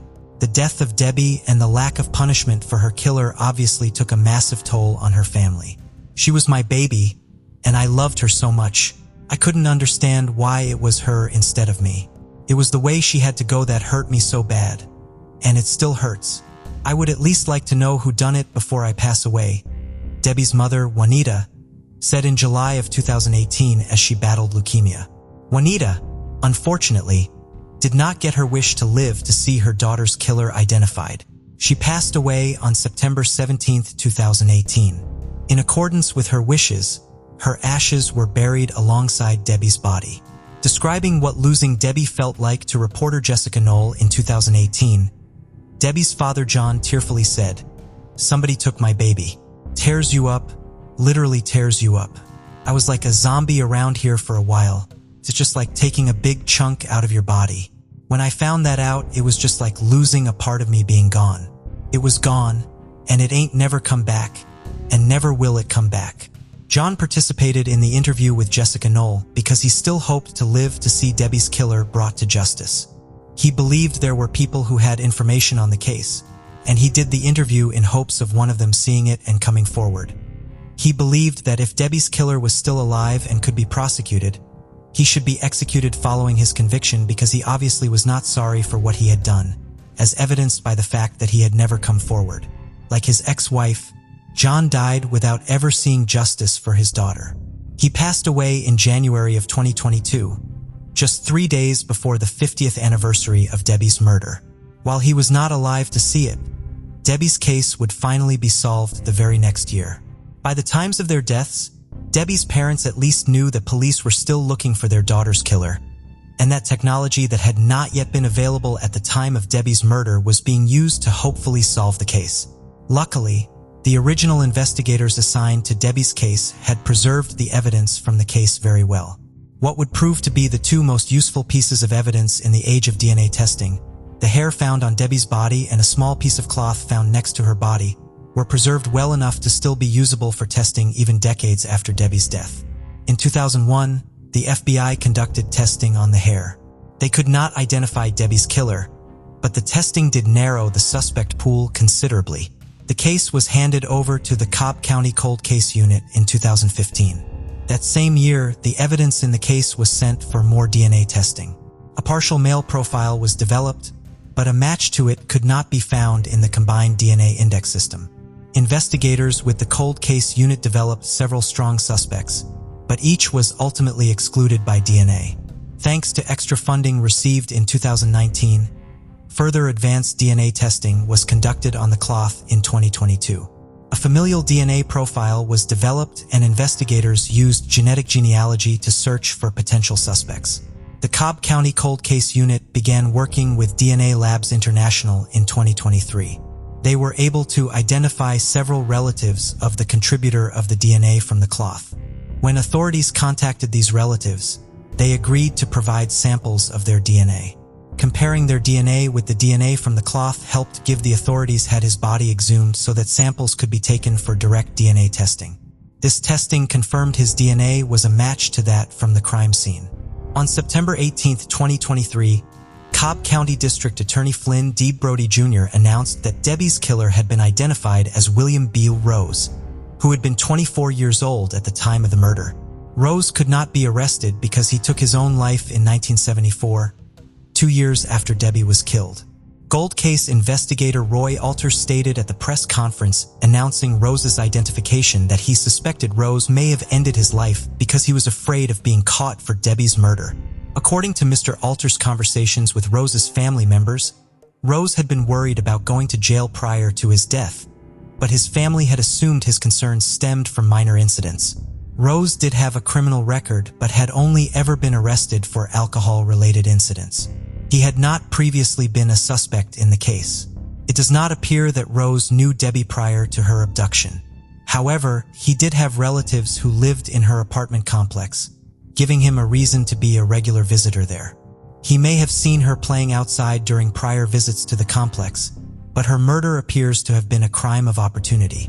Debbie's brother, Melvin, was present at the press conference to express his gratitude for investigators and their ongoing efforts.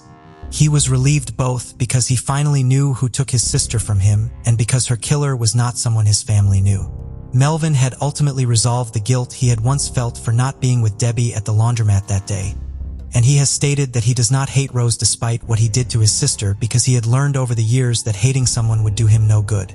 Melvin expressed sympathy towards Rose's family for the difficult time he knows they must be going through as a result of this news. Rose's identification was somewhat bittersweet for Melvin because his mother did not get to see it. However, he stated, "I wish my mother was here, but I know she knows in heaven that it's finally over." On January 13, 1996, in Arlington, Texas, Amber Hagerman was riding her new pink and white bicycle that she'd just gotten for Christmas. In the parking lot of an abandoned Winn-Dixie grocery store, the 9-year-old Girl Scout was with her 5-year-old little brother, Ricky. They were playing down the road from their grandmother's house, when apparently Ricky remembered they were only supposed to go around the block and headed back home. Amber stayed and continued to play around the parking lot.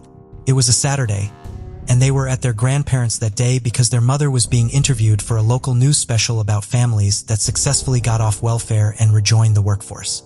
Amber and Ricky left their grandparents' home around 3:10 p.m., with Ricky returning shortly after without his sister. Families soon went looking for Amber, and when they arrived at the parking lot, they saw a handful of police officers surrounding Amber's bike. They were told that someone in the community saw something and that Amber had been abducted. A witness and retired police officer, Jim Cavill, 78 at the time, said he saw Amber riding alone when he saw a black pickup truck and, quote, he pulled up, jumped out and grabbed her. When she screamed, I figured the police ought to know about it, so I called them. Jim gave a description of the abductor. He said that it was a man, Caucasian or Hispanic, in his 20s or 30s, shorter than 6 feet, medium build, with dark hair. He was driving a black pickup truck with no markings or chrome and seemed to be in clean working condition. He noted the time of the abduction was 3:18 p.m., and Amber had only been alone for a few minutes. Law enforcement, the FBI, and locals began a massive search for Amber, and her abduction made national news, but despite the nationwide attention, no other witnesses ever came forward to identify the man or the vehicle. For days later, a man was walking his dog when he saw something in a creek. When he looked closer, he found a body lying face down in the water. Police arrived at the scene, and the body was identified as the missing 9-year-old Amber Hegerman. Amber's body was found less than 4 miles from where she was abducted. She was found completely naked except for a sock on her left foot, and her throat had been cut. Police believe that she was washed down the creek as there had been considerable rainfall the night before she was discovered. Police worked hard to find anything on Amber's murder, but there was little evidence. It was later discovered that she had been alive for at least 2 days after her abduction, making police believe that someone might have seen something.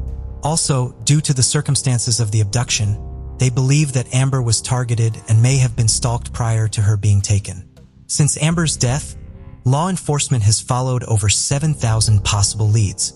There was a laundromat next to the abandoned grocery store where Amber was abducted. Authorities know that this area had many Hispanic people who may have felt uncomfortable talking to police at the time.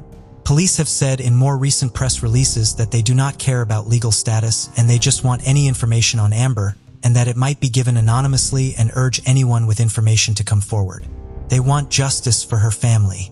In a 2021 press conference, it was released after all this time that they did have one piece of evidence with DNA.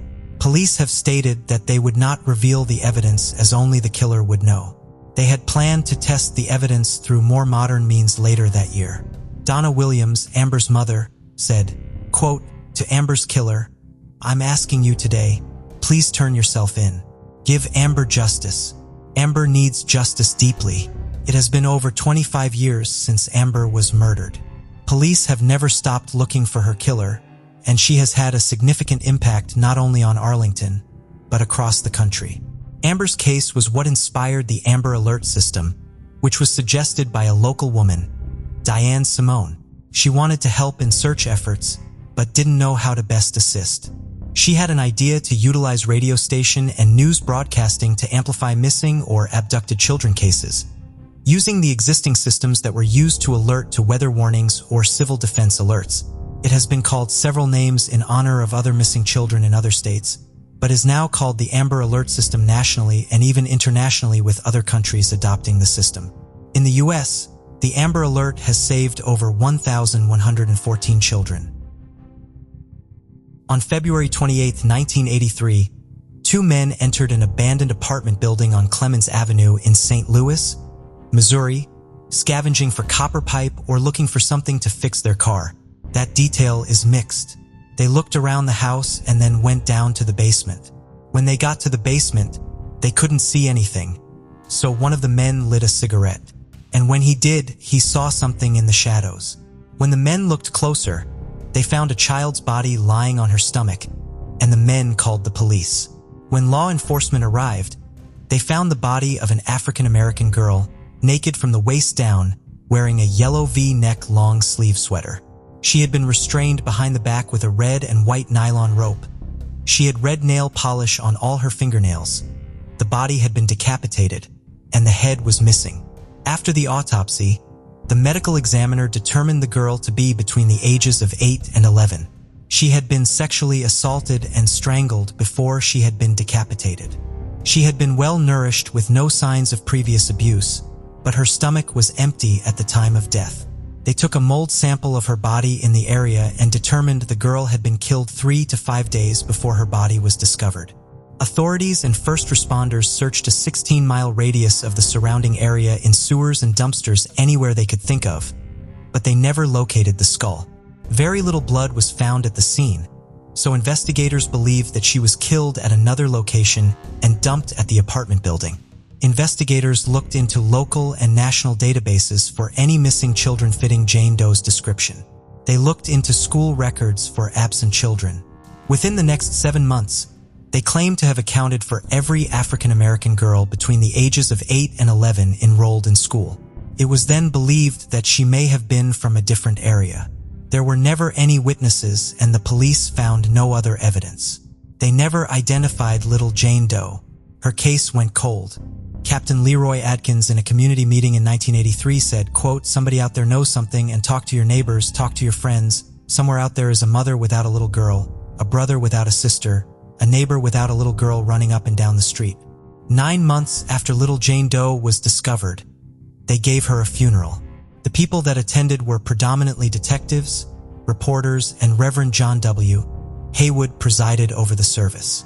She was buried in a white coffin in the Washington Park Cemetery in December 1983. Over the years, they have looked into many leads on this case, including sending the sweater to a psychic in Florida who wanted to touch the piece of clothing to see what they could discern from it. But the police never got the sweater back, and the psychic said that the sweater got lost in the mail. They also talked to a convicted murderer on death row in 2005 who had a similar MO, Vernon Brown. He had strangled other young girls in the 1980s, but he did not speak to detectives when interviewed, and his capital sentence went forward in May 2005. In 2009, police tried to exhume the body in hopes of running new tests to help identify the girl. They discovered she was not in the listed location where they went to find her. Instead, they found 3 other bodies. The Washington Park Cemetery had been neglected for years. Finally, with Washington University's help, they exhumed little Jane Doe's body in 2013. Tests were conducted by the Smithsonian Institution and the University of North Texas. They took DNA and bone samples from an isotope test. They were able to determine that she had lived most of her life in a southeastern state. On February 8, 2014, she was reburied following an hour-long ceremony. Many people attended, and she was buried in Cavalry Cemetery in St. Louis. Her grave marker identifies her as Hope. A former detective for the case, Joe Burgun, said, quote, "Back then, I thought this would be an easy case to crack. We'd find out who the girl was and would lead us to the killer." The St. Louis City Cold Case Unit formed in 2019 and has a room dedicated to the case of little Jane Doe. They have never given up hope on identifying her. Jane Doe, 1983, as she is identified on the National Center for Missing and Exploited Children's website, said she is the only case with no photo or facial reconstruction. There's only a picture of the sweater. The St. Louis Police Department is still looking for any information. Little Jane Doe grew up in Southeast United States. She was approximately 4'10" to 5'2", between the ages of 8 and 11. She would have gone missing sometime in 1983. She had no distinctive marks or previous injuries. There are hopes that in identifying her, they will be closer to solving her murder. In January 2018, 19-year-old Caitlin Dennison was living in Reno, Nevada when she abruptly told her family that she was flying to Texas to be with an unknown man. The two had met 6 months prior in Reno, and when he had to fly back to Texas after 6 months, she decided to go with him. On January 10, 2018, Caitlin's sister, Rachel Dennison, received what would be the last time she heard her voice. Caitlin had called from a Walmart in Midland, Texas. On the call to her sister, she said that she wanted to come home and that "this guy makes me scared for my life." She abruptly ended the call. As the man approached, Caitlin sent her sister a pin of her location right after the phone call had ended. No one heard from Caitlin again. Rachel went to the police and reported her sister missing the next day. Law enforcement have said they got positive sightings of Caitlin that day at the Walmart she called from and Rick's Cabaret in Odessa, Texas. Caitlin was last seen wearing a fur vest over a black shirt, black leggings with braiding down the sides of the legs, and furry boots. A witness has come forward saying that they gave her a ride to her boyfriend's house, which was another confirmed sighting of Caitlin. Police have interviewed the unknown man. The information the man gave her that has been released is that Caitlin has been looking for work and had been having a hard time because of her noticeable arm scars. Police have interviewed the unknown man. He has been identified, but that information has been limited on what's been released to the public. The information we have is that he said that Caitlin had been looking for work and been having a hard time because she had noticeable arm scars. One day he came home and she and all of her stuff were just gone. When police went to interview this man again, he was nowhere to be found and has yet to be found. In August 2018, Rachel saw news coverage of a Ring doorbell of a woman in a t-shirt and arm restraints, and she thought it could have been Caitlin as she had the same build and bone structure. However, that woman was later identified and was not Caitlin. In this case, very little information has been released to the public by police or covered in the media. But in 2021, a YouTuber, Kendall Ray, released a video giving some more light on the case, causing a new detective to reopen the investigation.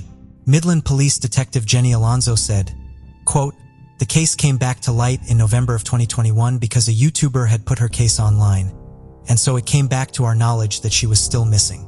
I took on this case, and I believe that there are other avenues of approach that we didn't do back in 2018 that we could do more follow-ups on." In a statement to the media, Rachel Dennison said, quote, "I am just really thankful we are finally able to communicate with someone who wants to listen to us and keep us in the loop and do everything they can and are still willing to retrace steps that we thought were missed. It has been almost 5 years since Caitlin went missing.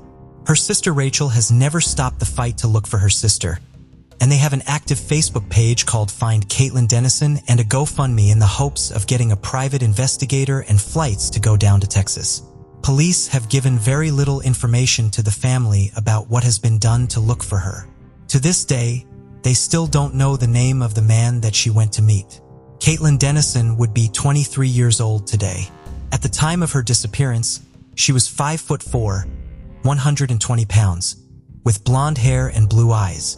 She has an alien head, an M tattoo on her left knuckle, a Libra scale tattoo on her right arm, 2 piercings on her nose on both sides, a bottom lip piercing, a tongue piercing, and a Medusa piercing. She also has scars on her arms and legs. Caitlin's family and Texas Rangers have been working to find answers to her disappearance and are asking for the public's help. If you may have seen Caitlin or know of her whereabouts or who she may have been with, please contact law enforcement. Harvey Eugene Whitaker, who went by Gene, was born in Kokomo, Indiana on October 6, 1926. He was a very responsible and disciplined young man. He grew up on a farm with numerous siblings with whom he was close and worked as a typesetter for the local newspaper. He joined the Army shortly after he graduated high school. He managed to rise to the rank of corporal in under 2 years. In the summer of 1947, 20-year-old Gene was in the Engineer Corps, assigned to the Armed Forces Special Weapons Project at the top-secret Sandia base, which was located on the outskirts of Albuquerque, New Mexico. Gene failed to report for roll call on the morning of July 1, 1947. This immediately signaled trouble to his superiors as Gene was a dependable soldier who they could not imagine abandoning his duties. Gene did not smoke or drink and had never gone absent without leave before. The previous evening, Gene had been at a bowling alley in Albuquerque with an Army bowling league. He was an above-average bowler, and because he was so trustworthy, he was made the treasurer of the league. 2 days after Gene went missing, his glasses, shirt, hat, and necktie were found in an alley near the bowling alley. The shirt was bloody. Tears in the fabric indicated that Gene may have been stabbed twice in the back while he was still wearing the shirt. While some of his belongings had been found, there was still no sign of Gene himself or of his body. It was estimated that Gene had between $4,500 with him the night he vanished because of his role as the treasurer of the bowling league. However, the fact that Gene's body was not left behind even if he had been killed during a simple robbery and his position within the military led to concerns that his disappearance may have had national implications. The Armed Forces Special Weapons Project had taken over atomic weapons development from the Manhattan Project following World War II. Sandia was a top-secret base, meaning Gene potentially had access to important and sensitive information. This led to fears that Jean had been abducted by someone who was hoping to extract top-secret information about the base or its projects from him. Jean reportedly had done work connected to the top-secret guided missile program. Spy activities had recently been discovered at the nearby base at Los Alamos. As such, the FBI joined local and military authorities in investigating the disappearance. The War Department ultimately dismissed the possibility that Jean had information worth killing for, but the FBI remained actively investigating the case for several more years. Investigators also considered the possibility that Jean had deserted. They questioned his family members and tapped their phones, hoping to find evidence of Jean contacting them. The last piece of correspondence between Jean and anyone in his family was a letter he sent to his Rose, but it was dated June 23rd, a week before he disappeared. Jean's bank account in Indiana was monitored but never touched. Jean was declared legally dead in January of 1954. Many, but not all of his January of 1954. Many, but not all of his relatives, accepted the theory that he had been murdered during a robbery. His niece, Patty Mawson, however, believes that the circumstances surrounding her uncle's disappearance are highly suspicious and continues to work on his case to this day. She is upset that all of Jean's siblings died without knowing what happened to him and by the fact that he is still technically considered AWOL and a deserter by the Army. She has filed a Freedom of Information Act request to get files from the FBI about the case and told that approximately 200 pages from his file are available, although the copies she will receive will have certain information redacted. However, she has been waiting for more than 3 years to receive the documents and has been told that there are 485 requests ahead of hers that have to be fulfilled first. The items of Jean's that were found in the alley also appear to have gone missing. They were never logged into evidence with police in Albuquerque, and federal agencies do not appear to have record of where they are. In addition to getting answers about what happened to her uncle, Patty hopes to locate these items. If she cannot honor her uncle by finding his remains and giving him a proper burial, she hopes to at least bury these items so that there will be a location where Jean can be memorialized.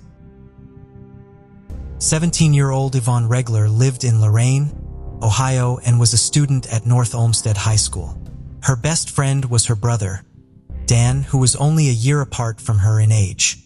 On August 8, 1977, Yvonne reported for work at the Sunoco gas station on Lorain Road in North Olmsted, Ohio. She was only at the station for about an hour before she was asked to work instead at a station approximately 3 miles away in Fairview Park. The attendant working there that morning was a mechanic, and his skills were needed at the North Olmsted station. Yvonne did not have a car, so one of her co-workers drove her to the other station. At the time, the station in Fairview Park was transitioning from being full service to self-service. On this particular day, only one gas pump was operational and was full service. At 10:30 that morning, Yvonne spoke to one of her friends on the phone. They discussed the upcoming funeral they were attending for the father of one of their friends and the dress Yvonne had purchased for the service. Despite the somber topic of conversation, the friend reported that Yvonne was in good spirits during this call. Yvonne then had another conversation over the phone about the funeral, this time with one of her family members at 11 a.m. The manager at the North Olmsted station dropped off lunch for Yvonne at noon, and half an hour later, 2 teenage girls saw her at the gas station. Yvonne spoke to her friend on the phone again sometime between 12:30 and 1 p.m. The friend could hear the service building over the line, and Yvonne told them that a car had driven through but left the station. The friend heard the bell sound again, and Yvonne told them that the same car was back. Yvonne then said that she would call the friend again after her shift ended at 3 o'clock. Yvonne initialed the receipt when a customer used a credit card to buy gas at 1:25 p.m. Between 1:30 and 2:05, 3 people, 2 customers and a coffee machine repairman, came into the station and found no one there. They were not alarmed, however, and did not contact police. The employee who came to take over for Yvonne when her shift ended was alarmed, however, when he arrived at 2:45. Yvonne was nowhere to be found, but her purse, partially eaten lunch, cigarettes, and book were still there. He called over to the North Olmsted station, and the manager, who had seen Yvonne less than 3 hours earlier, rushed over to help look for her. When he and the other employee could not find her, they called police at 3:30. There were no signs of a struggle inside the station, and there was still $300 in cash in the register. Police theorized that Yvonne had been abducted while she was outside, potentially when she had gone out to pump a customer's gas. More than 100 tips were investigated in the following years. Local, state, and federal law enforcement agencies were involved in the investigation. Numerous persons of interest were identified, but without finding Yvonne or her body, police could only theorize about what had potentially been done to her. Years and then decades passed without any answers in the case. The passage of time did not diminish Yvonne's family's desire for answers. In 2014, one of her family members asked to provide a DNA sample so that Yvonne's remains could be identified should they ever be located. This led to a renewed effort by authorities in the investigation. Police went back and re-interviewed all of the witnesses in the case.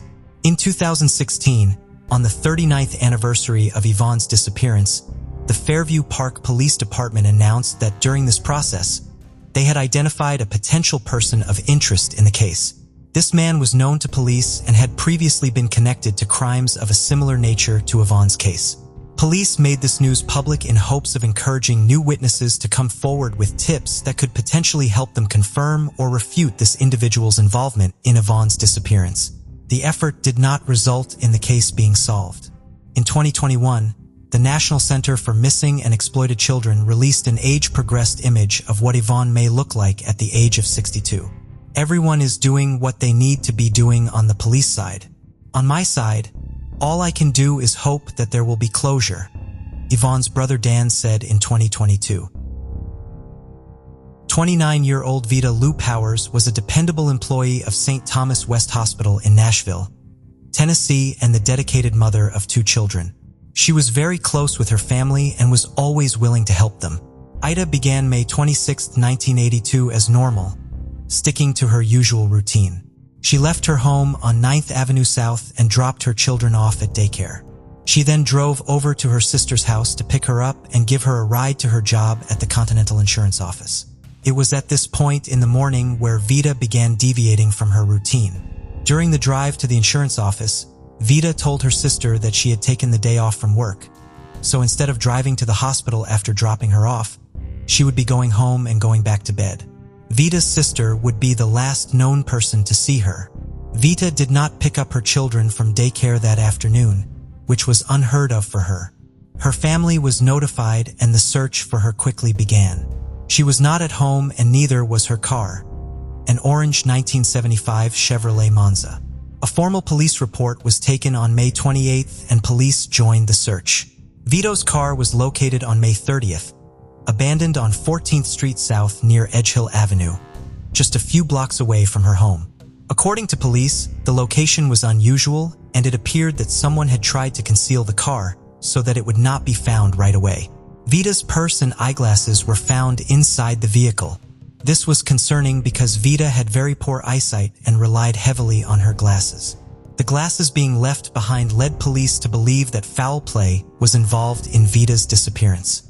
Police do have a person of interest in the case, but not enough evidence to conclusively tie him to Vita's appearance.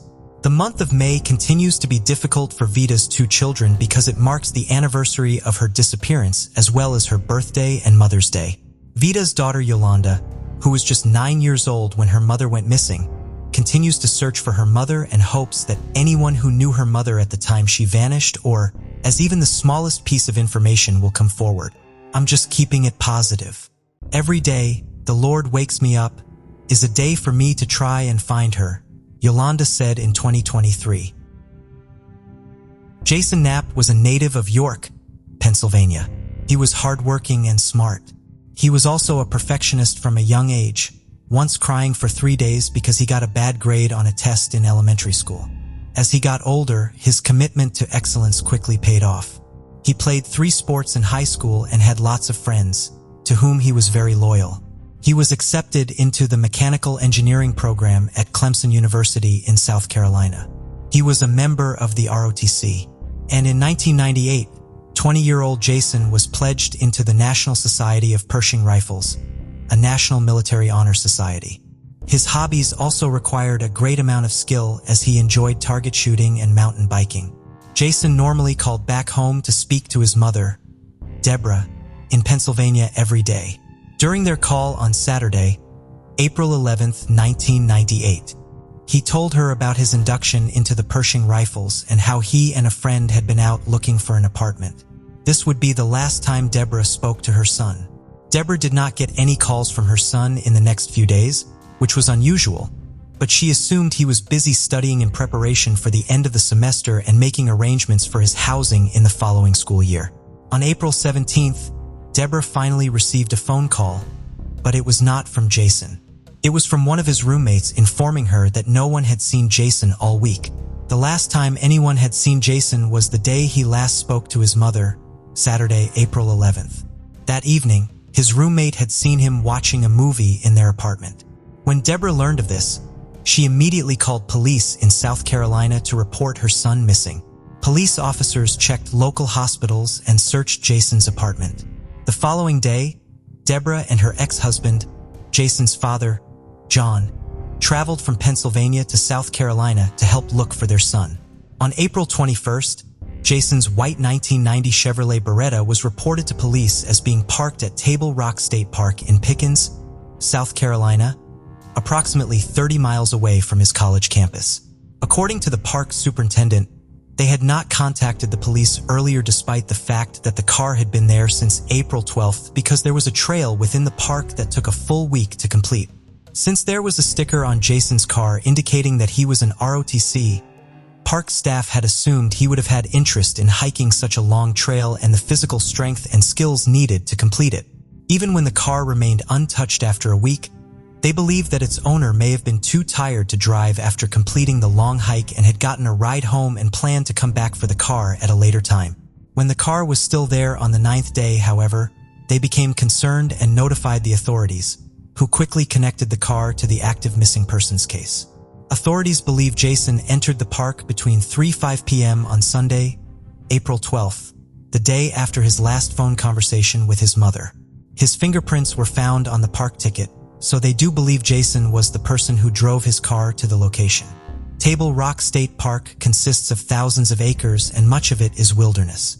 An extensive search was launched in the park and a nearby lake was drained. No signs of Jason were found despite the massive effort, which took more than 2 weeks. Police say there were no signs of foul play in the park or in Jason's car. Jason withdrew $20 from his bank account the day before he disappeared, and his bank account has not been touched since.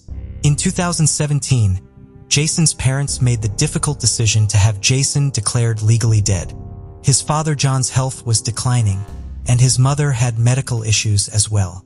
They hoped that the process would give them a chance to say goodbye to Jason before they passed away.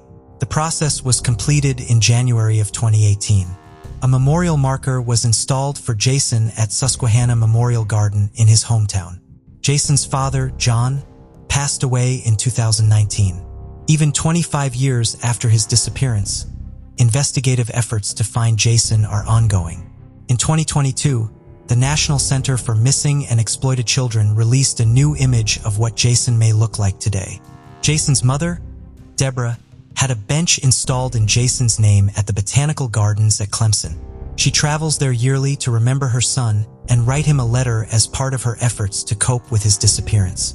She still hopes she will find answers about what became of her son within her lifetime. Pamela Halapainen grew up in the South Porcupine neighborhood of Timmins, a mining town in northern Ontario. Her mother, Holly Kautuk, was Inuit and her family was originally from Nunavut. Like many Indigenous individuals in Canada, Holly was sent to a boarding school. She arrived at the school at the age of 14, and a year later, she became pregnant with Pamela's older sister, Vanessa Brousseau. Pamela was born 2 years after Vanessa. Holly did her best to actively raise her daughters in their Inuit culture and teach them to embrace their heritage in their daily lives as much as possible. Since there were no other Inuit and Timmins, she was active in the local indigenous community, the Cree. Holly would eventually become the president of the Timmins Native Friendship Center. Pamela and Vanessa were very close growing up and relied heavily on one another. They grew up in poverty and therefore had very few toys. So they used their imaginations to make up games and activities together. Pamela was outgoing and outspoken. She had a big personality, which was also reflected in how deeply she cared for others and the great lengths she would go to help anyone who needed anything. Pamela left school prior to graduating high school so she could go to work. Following a brief stint as a waitress, she found a job in a call center where she excelled. By 2003, 22-year-old Pamela had a common-law spouse with whom she had 2 sons. She was a devoted mother. Pamela and Vanessa remained close as adults, and it was common for them to speak multiple times a day. On December 13, 2003, Pamela asked Vanessa if she could babysit her 2 boys that night. Vanessa was unable to, so Pamela made other arrangements. Vanessa went to Pamela's house on December 15th, but no one was home. She continued visiting the house over the next few days to see her sister and drop off Christmas presents for her nephews, but no one was ever at the house. Vanessa assumed that they had gone to spend Christmas with Pamela's common-law spouse's family. Pamela did not call Vanessa on Christmas Day, which Vanessa was very upset about. On December 26th, Vanessa was able to speak with Pamela's landlord. They had not seen the family either.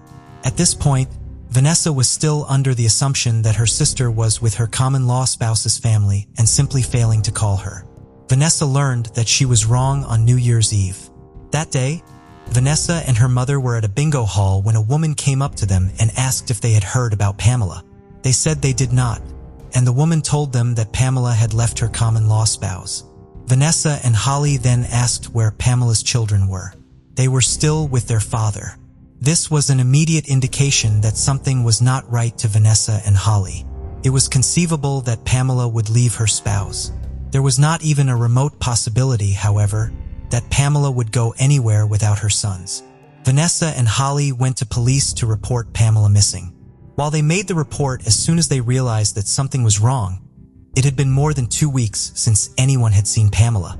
She had attended a house party on the evening of December 13th and had left it in the early morning hours of 14th after reportedly getting into an argument with her common-law spouse and saying she would walk home. Police were not concerned about Pamela's disappearance, telling Vanessa and Holly that Pamela was probably out drinking and would reappear in a few days, a conclusion with no supporting evidence. Vanessa and Holly, understandably frustrated by this disregard for Pamela's well-being, began their own search, organizing friends and family members to create and distribute flyers and to search for Pamela. For months after Pamela went missing, when police finally began investigating Pamela's disappearance, they told her family that they believed Pamela was a sex worker in Hamilton, Ontario.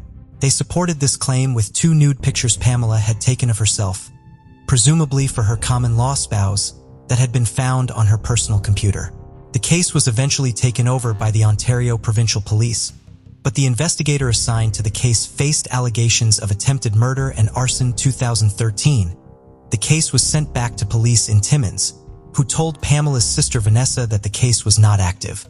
Pamela's mother, Holly, passed away on December 31, 2007, exactly 4 years to the day after she reported her daughter missing to police.